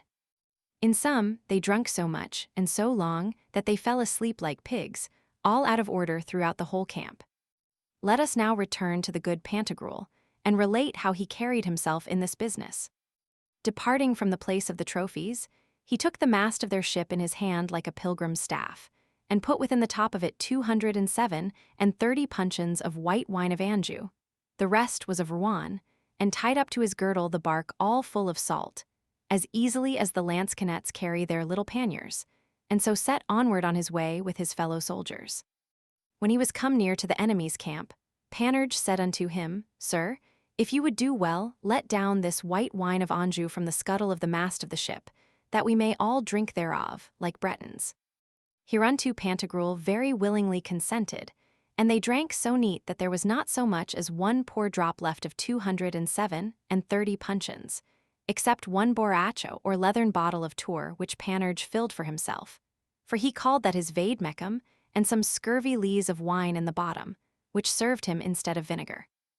After they had whittled and curried the can pretty handsomely, Panurge gave Pantagruel to eat some devilish drugs compounded of lithotripton, which is a stone-dissolving ingredient, nephrocatarticon, that purgeth the reins, the marmalade of quinces, called codiniac, a confection of cantharides, which are green flies breeding on the tops of olive trees, and other kinds of diuretic or piss-procuring simples. This done, Pantagruel said to Carpalin, "Go into the city, scrambling like a cat against the wall, as you can well do, and tell them that now presently they come out and charge their enemies as rudely as they can, and having said so, come down, taking a lighted torch with you, wherewith you shall set on fire all the tents and pavilions in the camp. Then cry as loud as you are able with your great voice, and then come away from thence." "Yea, but," said Carpalin, "were it not good to cloy all their ordnance?" "No, no," said Pantagruel, "only blow up all their powder." Carpalin, obeying him, departed suddenly and did as he was appointed by Pantagruel. And all the combatants came forth that were in the city, and when he had set fire in the tents and pavilions, he passed so lightly through them, and so highly and profoundly did they snort and sleep, that they never perceived him. He came to the place where their artillery was, and set their munition on fire. But here was the danger. The fire was so sudden that poor Carpalin had almost been burnt. And had it not been for his wonderful agility, he had been fried like a roasting pig. But he departed away so speedily that a bolt or arrow out of a crossbow could not have had a swifter motion. When he was clear of their trenches, he shouted aloud and cried out so dreadfully, and with such amazement to the hearers, that it seemed all the devils of hell had been let loose. At which noise the enemies awaked, but can you tell how? Even no less astonished than are monks at the ringing of the first peal to matins, which in Lucenois is called rub-ballock. In the meantime Pantagruel began to sow the salt that he had in his bark, and because they slept with an open gaping mouth, he filled all their throats with it, so that those poor wretches were by it made to cough like foxes. "Ha, Pantagruel, how thou addest greater heat to the firebrand that is in us." Suddenly Pantagruel had will to piss, by means of the drugs which Panurge had given him, and pissed amidst the camp so well and so copiously that he drowned them all, and there was a particular deluge 10 leagues round about, of such considerable depth that the history saith, if his father's great mare had been there, and pissed likewise, it would undoubtedly have been a more enormous deluge than that of Deucalion. For she did never piss, but she made a river greater than is either the Rhone or the Danube.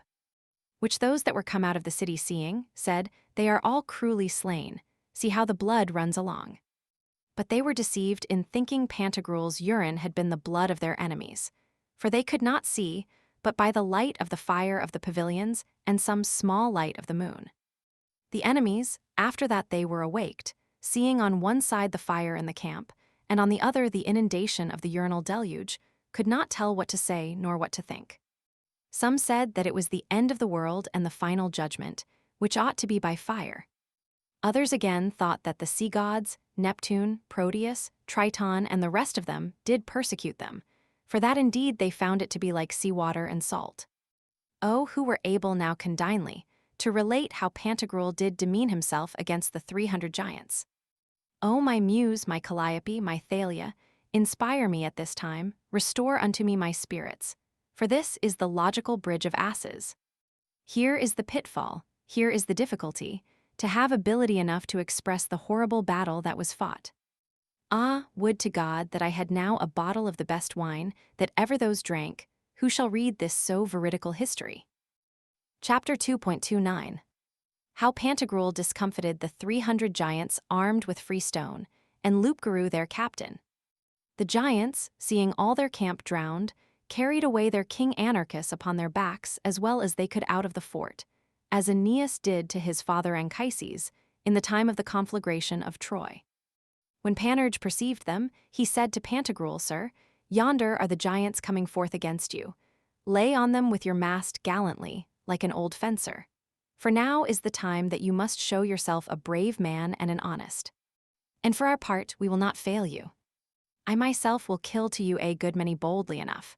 For why, David killed Goliath very easily. And then this great lecher, Eusthenes, who is stronger than 4 oxen, will not spare himself. Be of good courage, therefore, and valiant. Charge amongst them with point and edge, and by all manner of means. Well, said Pantagruel, of courage I have more than for 50 francs, but let us be wise, for Hercules first never undertook against 2. That is well cacked, well scummered, said Panurge. Do you compare yourself with Hercules? You have, by G, more strength in your teeth, and more scent in your bum, than ever Hercules had in all his body and soul. So much is a man worth, as he esteems himself. Whilst they spake those words, behold, Loup-Garou was come with all his giants, who, seeing Pantagruel in a manner alone, was carried away with temerity and presumption, for hopes that he had to kill the good man. Whereupon he said to his companions the giants, You wenchers of the Low Country, by Mahum, if any of you undertake to fight against these men here, I will put you cruelly to death. It is my will that you let me fight single. In the meantime, you shall have good sport to look upon us. Then all the other giants retired with their king to the place where the flagons stood, and Panurge and his comrades with them, who counterfeited those that have had the pox. For he wreathed about his mouth, shrunk up his fingers, and with a harsh and hoarse voice said unto them, I forsake odd fellow soldiers, if I would have it to be believed that we make any war at all. Give us somewhat to eat with you whilst our masters fight against one another. To this the king and giants jointly condescended, and accordingly made them to banquet with them. In the meantime Panurge told them the follies of Turpin, the examples of Saint Nicholas, and the tale of a tub. Loup-Garou then set forward towards Pantagruel, with a mace all of steel, and that of the best sort, weighing 9,700 quintals and 2 quarterings, at the end whereof were 13 pointed diamonds. The least whereof was as big as the greatest bell of Our Lady's church at Paris there might want perhaps the thickness of a nail, or at most, that I may not lie, of the back of those knives which they call cutlugs or ear-cutters, but for a little off or on, more or less. It is no matter, and it was enchanted in such sort that it could never break, but contrarily, all that it did touch did break immediately. Thus then, as he approached with great fierceness and pride of heart, Pantagruel, casting up his eyes to heaven, recommended himself to God with all his soul, making such a vow as followeth. O thou Lord God, who hast always been my protector and my Saviour, thou seest the distress wherein I am at this time. Nothing brings me hither but a natural zeal, which thou hast permitted unto mortals to keep and defend themselves, their wives and children, country and family, in case thy own proper cause were not in question, which is the faith. For in such a business thou wilt have no coadjutors, only a Catholic confession and service of thy word, and hast forbidden us all arming and defense. For thou art the Almighty, who in thine own cause, and where thine own business is taken to heart, canst defend it far beyond all that we can conceive. Thou who hast thousands of hundreds of millions of legions of angels, the least of which is able to kill all mortal men, and turn about the heavens and earth at his pleasure, as heretofore it very plainly appeared in the army of Sennacherib. If it may please thee, therefore, at this time to assist me, as my whole trust and confidence is in thee alone, I vow unto thee, that in all countries whatsoever wherein I shall have any power or authority, whether in this of Utopia or elsewhere, I will cause thy holy gospel to be purely, simply, and entirely preached, so that the abuses of a rabble of hypocrites and false prophets, who by human constitutions and depraved inventions have empoisoned all the world, shall be quite exterminated from about me.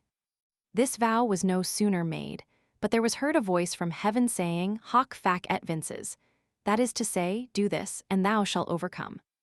Then Pantagruel, seeing that Loup-Garou with his mouth wide open was drawing near to him, went against him boldly, and cried out as loud as he was able, Thou deest, villain, thou deest, purposing by his horrible cry to make him afraid, according to the discipline of the Lacedaemonians. Withal he immediately cast at him out of his bark, which he wore at his girdle, 18 cags and 4 bushels of salt, wherewith he filled both his mouth, throat, nose, and eyes.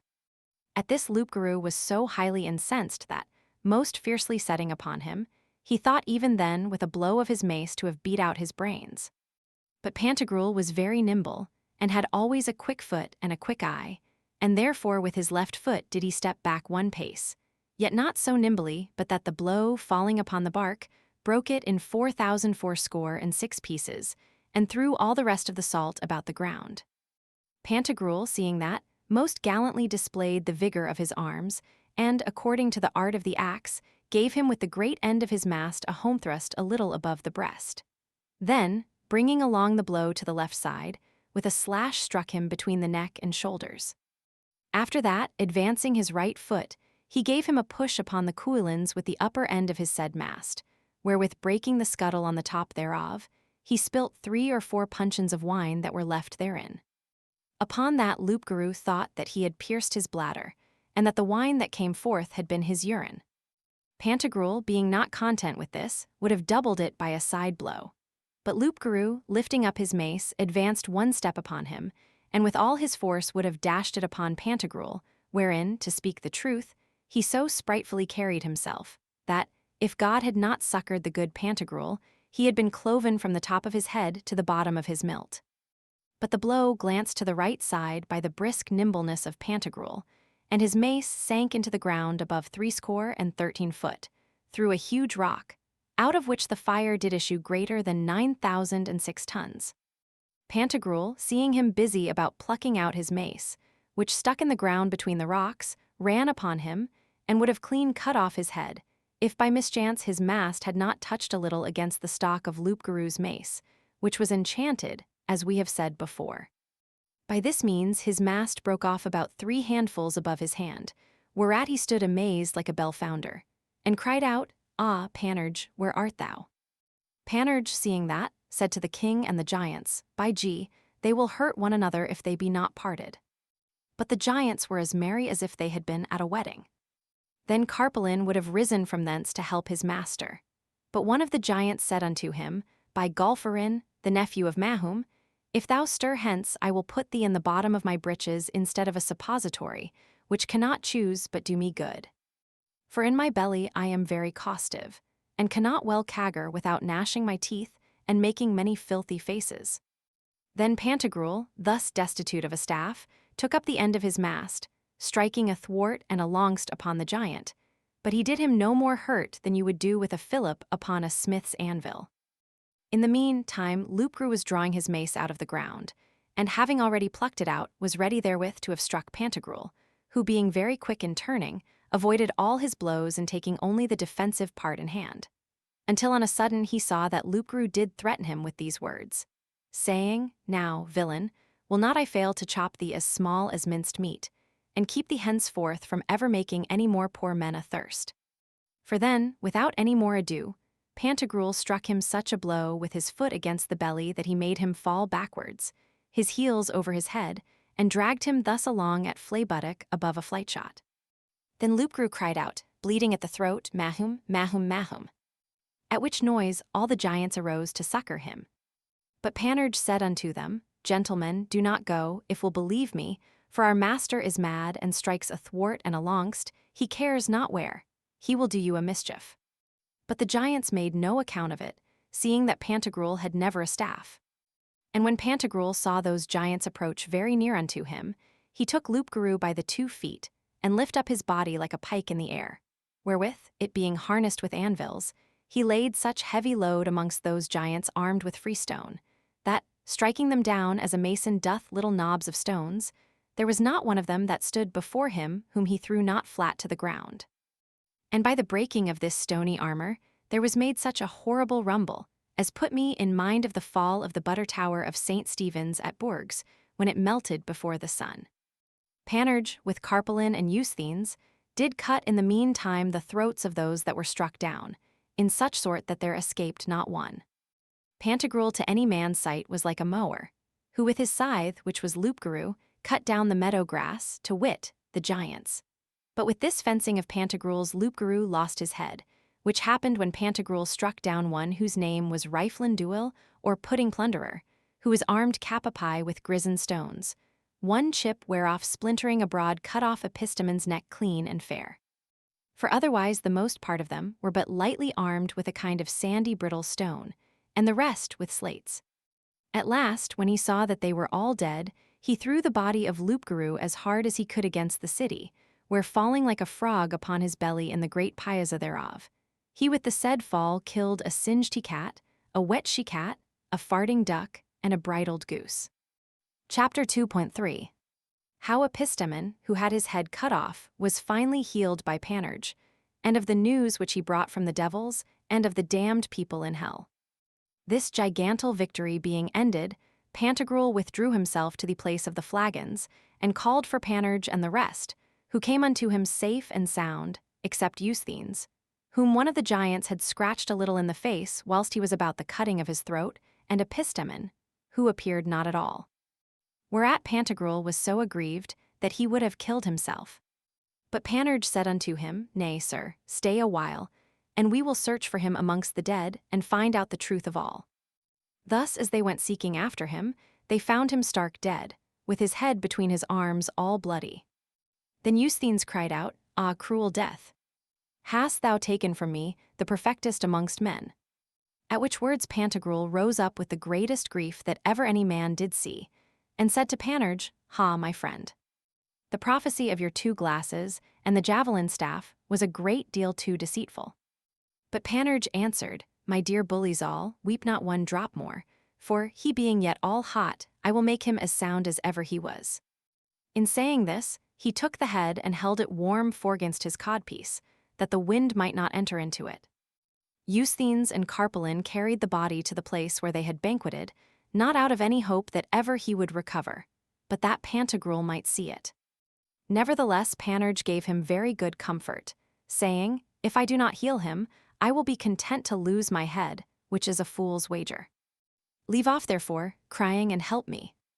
Then cleansed he his neck very well with pure white wine, and after that took his head, and into it sinipized some powder of diamerdes, which he always carried about him in one of his bags. Afterwards he anointed it with I know not what ointment, and set it on very just, vein against vein, sinew against sinew, and spondyle against spondyle, that he might not be wry-necked for such people he mortally hated. This done, he gave it round about some 15 or 16 stitches with a needle that it might not fall off again. Then, on all sides and everywhere, he put a little ointment on it, which he called resuscitative. Suddenly Epistemon began to breathe, then opened his eyes, yawned, sneezed, and afterwards let a great household fart. Whereupon Panurge said, Now, certainly, he is healed, and therefore gave him to drink a large full glass of strong white wine, with a sugared toast. In this fashion was Epistemon finally healed, only that he was somewhat hoarse for above 3 weeks together, and had a dry cough of which he could not be rid but by the force of continual drinking. And now he began to speak, and said that he had seen the devil, had spoken with Lucifer familiarly, and had been very merry in hell and in the Elysian fields, affirming very seriously before them all that the devils were boon companions and merry fellows. But in respect of the damned, he said he was very sorry that Panurge had so soon called him back into this world again. For, said he, I took wonderful delight to see them. How so? Said Pantagruel. Because they do not use them there, said Epistemon, so badly as you think they do. Their estate and condition of living is but only changed after a very strange manner. For I saw Alexander the Great there amending and patching on clouts upon old breeches and stockings, whereby he got but a very poor living. Xerxes was a crier of mustard. Romulus, a salter and patcher of pattens. Numa, a nailsmith. Tarquin, a porter. Piso, a clownish swain. Sylla, a ferryman. Cyrus, a cowherd. Themistocles, a glassmaker. Epaminondas, a maker of mirrors or looking glasses. Brutus and Cassius, surveyors or measurers of land. Demosthenes, a vine dresser. Cicero, a fire kindler. Fabius, a threader of beads. Artaxerxes, a rope maker. Aeneas, a miller. Achilles was a scalpated maker of hay bundles.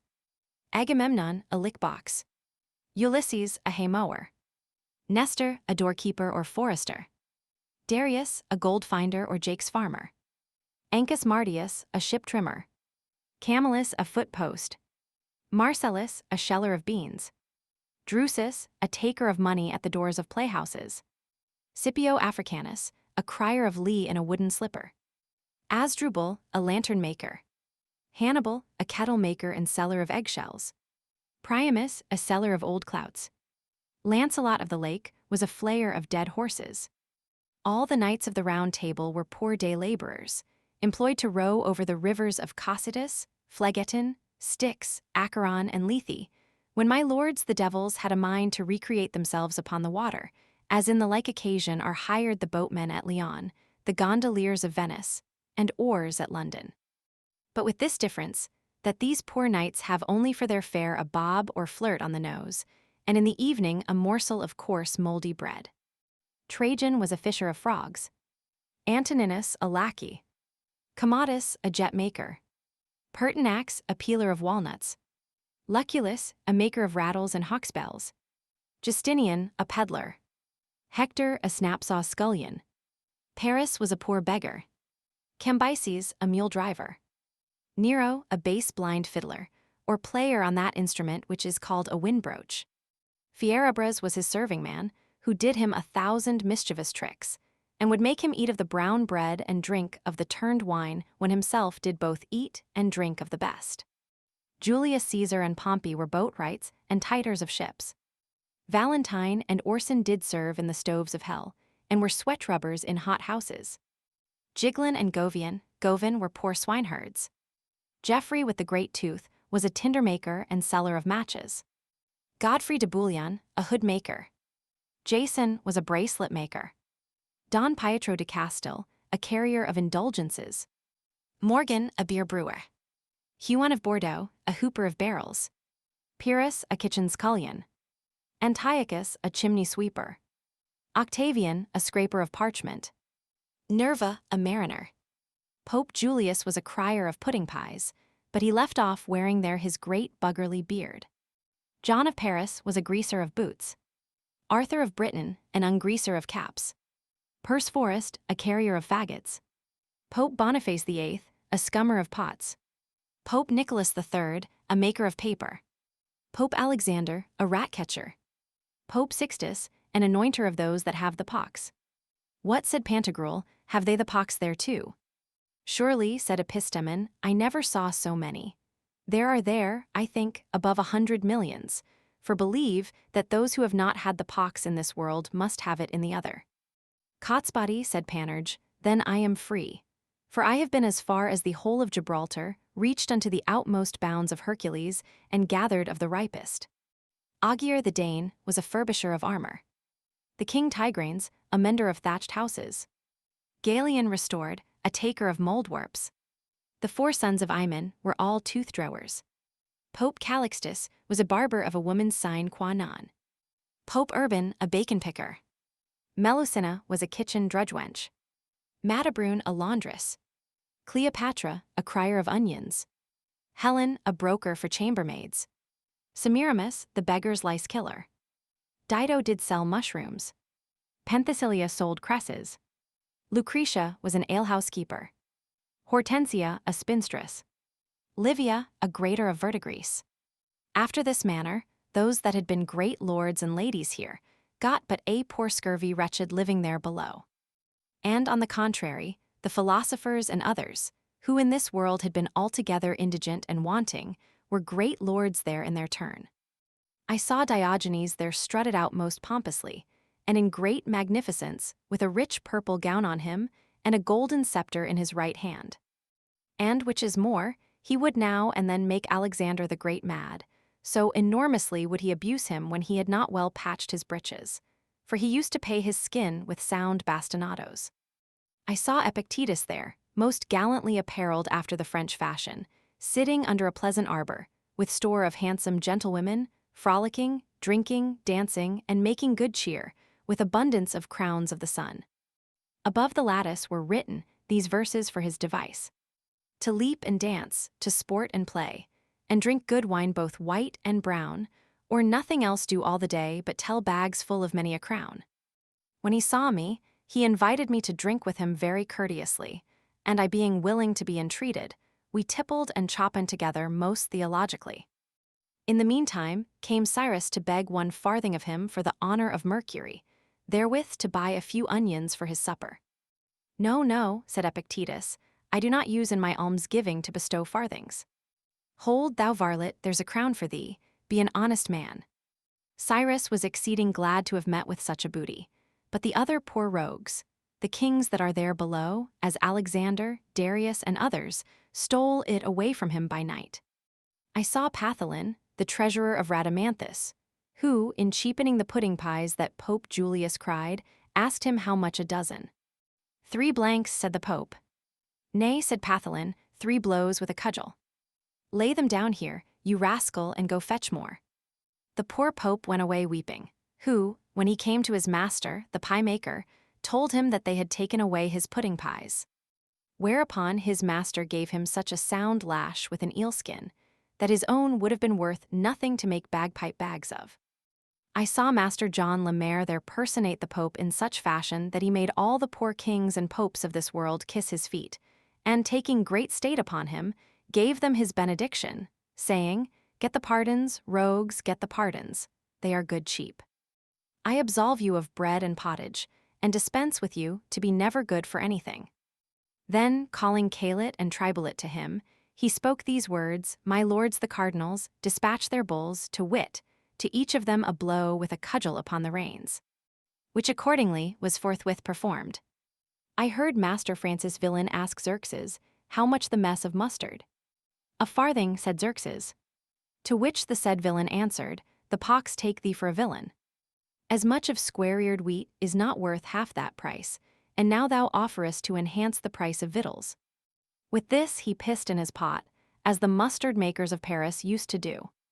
I saw the trained bowman of the bathing tub, known by the name of the Francarcher de Bainalet, who, being one of the trustees of the Inquisition, when he saw Perceforest making water against a wall in which was painted the fire of St. Anthony, declared him heretic, and would have caused him to be burnt alive had it not been for Morgant, who, for his profitiate and other small fees, gave him 9 tons of beer. Well, said Pantagruel, reserve all these fair stories for another time, only tell us how the usurers are there handled. I saw them, said Epistemon, all very busily employed in seeking of rusty pins and old nails in the kennels of the streets, as you see poor wretched rogues do in this world. But the quintal, or hundredweight, of this old ironware is there valued but at the price of a cantle of bread, and yet they have but a very bad dispatch and riddance in the sale of it. Thus the poor misers are sometimes 3 whole weeks without eating 1 morsel or crumb of bread, and yet work both day and night, looking for the fair to come.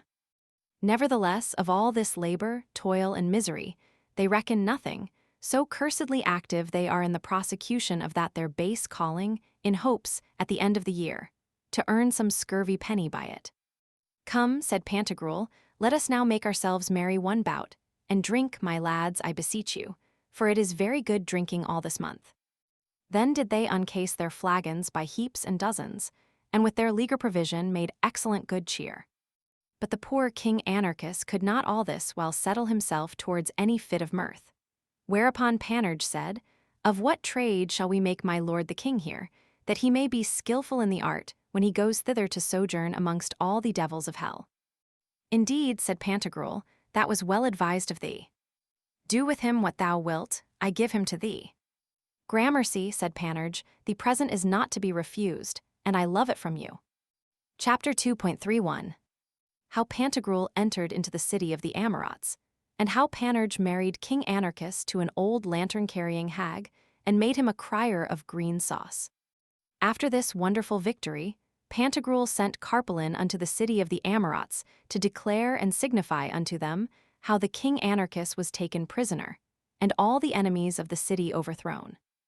Which news when they heard, all the inhabitants of the city came forth to meet him in good order, and with a great triumphant pomp, conducting him with a heavenly joy into the city, where innumerable bonfires were set on through all the parts thereof, and fair round tables, which were furnished with store of good victuals, set out in the middle of the streets. This was a renewing of the golden age in the time of Saturn, so good was the cheer which then they made. But Pantagruel, having assembled the whole senate and common councilmen of the town, said, My masters, we must now strike the iron whilst it is hot. It is therefore my will that, before we frolic it any longer, we advise how to assault and take the whole kingdom of the Dipsodes. To which effect let those that will go with me provide themselves against tomorrow after drinking, for then will I begin to march. Not that I need any more men than I have to help me to conquer it, for I could make it as sure that way as if I had it already. But I see this city is so full of inhabitants that they scarce can turn in the streets. I will therefore carry them as a colony into Dipsody, and will give them all that country, which is fair, wealthy, fruitful, and pleasant above all other countries in the world, as many of you can tell who have been there heretofore. Every one of you, therefore, that will go along, let him provide himself as I have said. This counsel and resolution being published in the city, the next morning there assembled in the piazza before the palace to the number of 1,856,011, besides women and little children. Thus began they to march straight into Dipsody, in such good order as did the people of Israel when they departed out of Egypt to pass over the Red Sea. But before we proceed any further in this purpose, I will tell you how Panurge handled his prisoner the king Anarchus. For having remembered that which Epistemon had related, how the kings and rich men in this world were used in the Elysian fields, and how they got their living there by base and ignoble trades, he therefore one day apparelled his king in a pretty little canvas doublet, all jagged and pinked like the tippet of a light horseman's cap, together with a pair of large mariner's breeches, and stockings without shoes for, said he, they would but spoil his sight. And a little peach-colored bonnet with a great capon's feather in it I lie, for I think he had too and a very handsome girdle of a sky color and green, in French called persette vert, saying that such a livery did become him well, for that he had always been perverse, and in this plight bringing him before Pantagruel, said unto him, Do you know this royster? No, indeed, said Pantagruel. It is, said Panurge, my lord the king of the three batches, or threadbare sovereign. I intend to make him an honest man. These devilish kings which we have here are but as so many calves, they know nothing and are good for nothing, but to do 1,000 mischiefs to their poor subjects, and to trouble all the world with war for their unjust and detestable pleasure. I will put him to trade, and make him a crier of green sauce. Go to, begin and cry, do you lack any green sauce? And the poor devil cried. That is too low, said Panurge, then took him by the ear, saying, Sing higher in G, sol, re, ut. So poor devil, thou hast a good throat, thou wert never so happy as to be no longer king. And Pantagruel made himself merry with all this, for I dare boldly say that he was the best little gaffer that was to be seen between this and the end of a staff. Thus was Anarchus made a good crier of green sauce. 2 days thereafter Panurge married him with an old lantern-carrying hag, and he himself made the wedding with fine sheep's heads, brave haslets with mustard, gallant saligots with garlic, of which he sent 5 horseloads unto Pantagruel, which he ate up all, he found them so appetizing. And for their drink they had a kind of small, well-watered wine, and some sorbapple cider. And to make them dance, he hired a blind man that made music to them with a wind broach. After dinner he led them to the palace and showed them to Pantagruel, and said, pointing to the married woman, You need not fear that she will crack. Why? Said Pantagruel. Because, said Panurge, she is well slit and broke up already. What do you mean by that? Said Pantagruel. Do not you see, said Panurge, that the chestnuts which are roasted in the fire, if they be whole they crack as if they were mad, and, to keep them from cracking, they make an incision in them and slit them. So this new bride is in her lower parts well slit before, and therefore will not crack behind. Pantagruel gave them a little lodge near the lower street, and a mortar of stone, wherein to bray and pound their sauce. And in this manner did they do their little business, he being as pretty a crier of green sauce as ever was seen in the country of Utopia. But I have been told since that his wife doth beat him like plaister, and the poor sot dare not defend himself. He is so simple. Chapter 2.32. How Pantagruel with his tongue covered a whole army, and what the author saw in his mouth. Thus, as Pantagruel with all his army had entered into the country of the Dipsodes, everyone was glad of it, and incontinently rendered themselves unto him, bringing him out of their own good whilst the keys of all the cities where he went, the almirades only excepted, who, being resolved to hold out against him, made answer to his heralds that they would not yield, but upon very honorable and good conditions. What, said Pantagruel, do they ask any better terms than the hand at the pot and the glass in their fist? Come, let us go sack them, and put them all to the sword. Then did they put themselves in good order, as being fully determined to give an assault. But by the way, passing through a large field, they were overtaken with a great shower of rain, whereat they began to shiver and tremble, to crowd, press, and thrust close to one another. When Pantagruel saw that, he made their captains tell them that it was nothing, and that he saw well above the clouds that it would be nothing but a little dew. But howsoever, that they should put themselves in order, and he would cover them. Then did they put themselves in a close order, and stood as near to each other as they could. And Pantagruel drew out his tongue only halfway and covered them all, as a hen doth her chickens.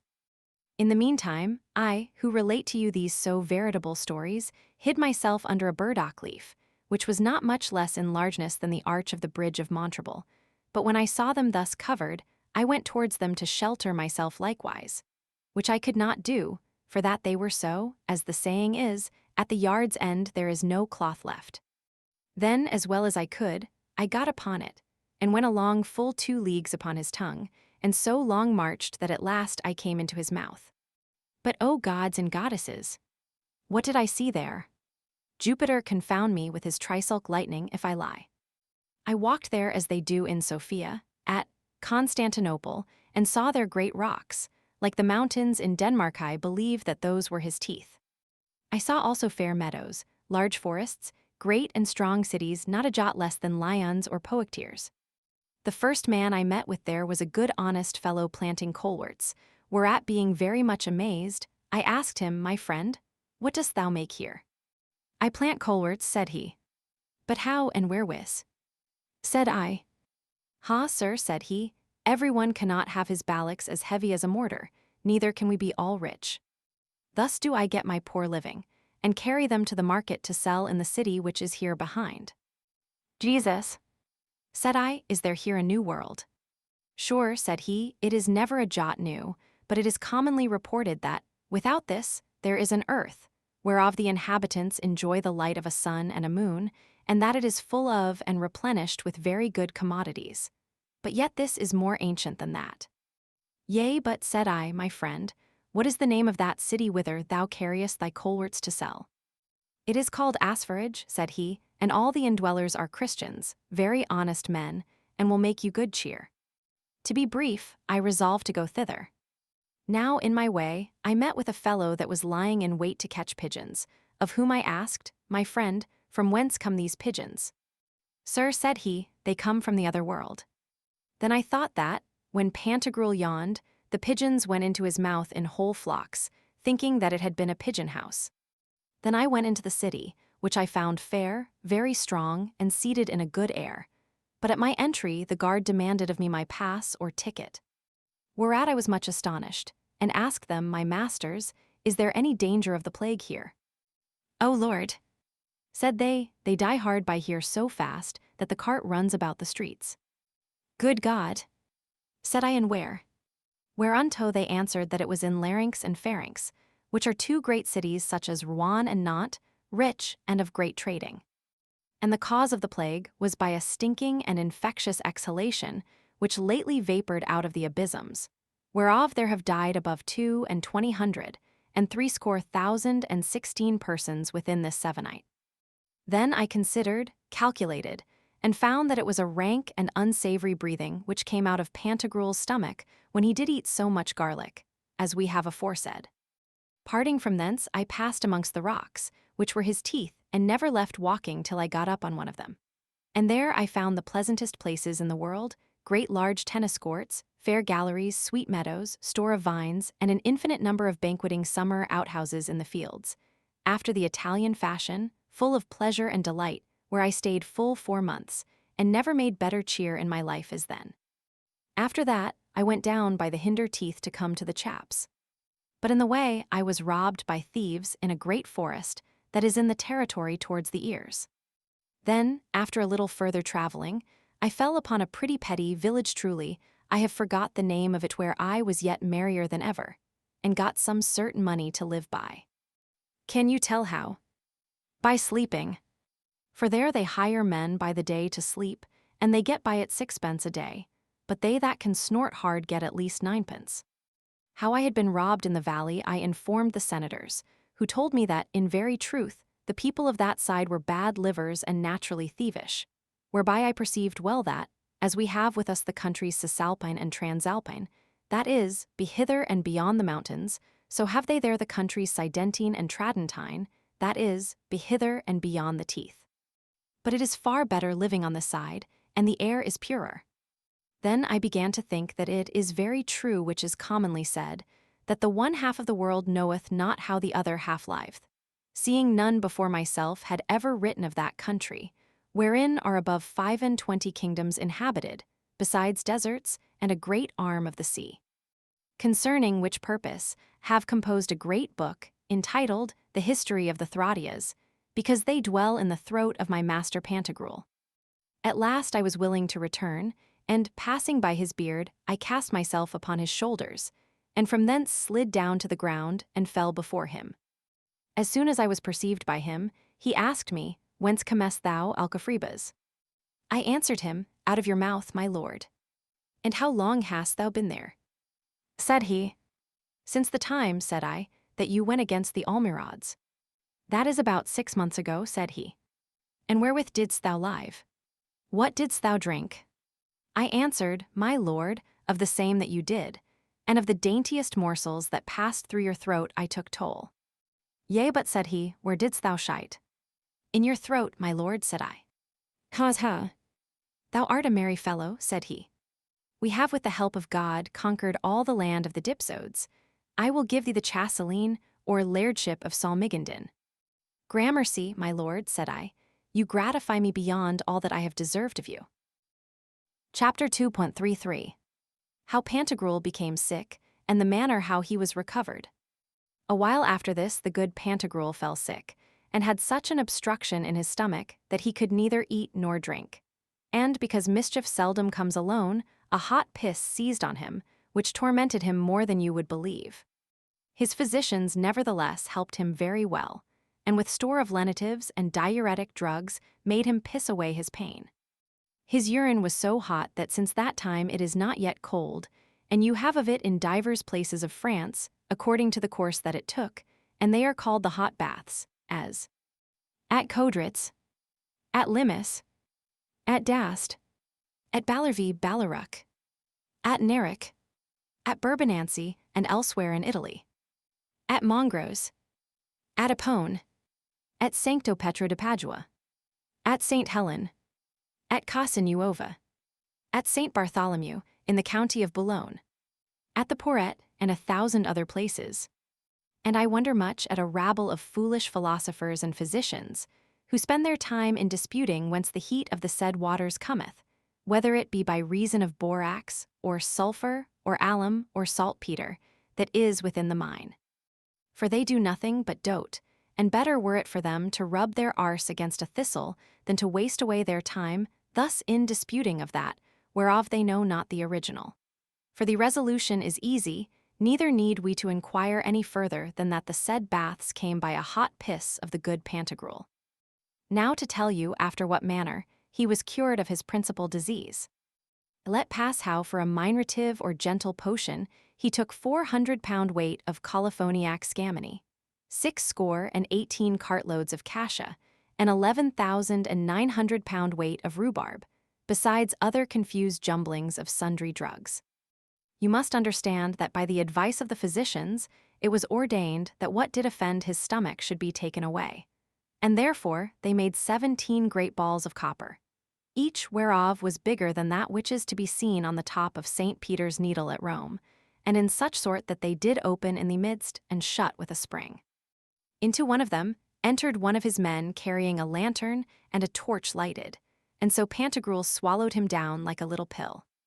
Into 7 others went 7 country fellows, having every one of them a shovel on his neck. Into 9 others entered 9 wood carriers, having each of them a basket hung at his neck, and so were they swallowed down like pills. When they were in his stomach, every one undid his spring, and came out of their cabins. The first whereof was he that carried the lantern. And so they fell more than half a league into a most horrible gulf, more stinking and infectious than ever was Mephitis, or the marshes of the Camarina, or the abominably unsavory lake of Sorbona, whereof Strabo maketh mention. And had it not been that they had very well antidoted their stomach, heart, and wine-pot, which is called the noddle, they had been altogether suffocated and choked with these detestable vapors. Oh, what a perfume! Oh, what an evaporation, wherewith to bewray the masks or mufflers of young mangy queens! After that, with groping and smelling they came near to the fecal matter and the corrupted humors. Finally, they found a monte or heap of ordure and filth. Then fell the pioneers to work to dig it up, and the rest with their shovels filled the baskets. And when all was cleansed, every one retired himself into his ball. This done, Pantagruel, enforcing himself to vomit, very easily brought them out, and they made no more show in his mouth than a fart in yours. But when they came merrily out of their pills, I thought upon the Grecians coming out of the Trojan horse. By this means was he healed and brought unto his former state and convalescence. And of these brazen pills, or rather copper balls, you have one at Orleans, upon the steeple of the Holy Cross Church. Chapter 2.34. The conclusion of this present book, and the excuse of the author. Now, my masters, you have heard a beginning of the horrific history of my lord and master Pantagruel. Here will I make an end of the first book. My head aches a little, and I perceive that the registers of my brain are somewhat jumbled and disordered with this septembral juice. You shall have the rest of the history at Frankfurt Mart next coming, and there shall you see how Panurge was married and made a cuckold within a month after his wedding. How Pantagruel found out the philosopher's stone, the manner how he found it, and the way how to use it.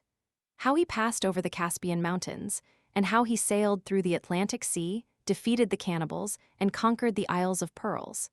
How he married the daughter of the King of India, called Presthin.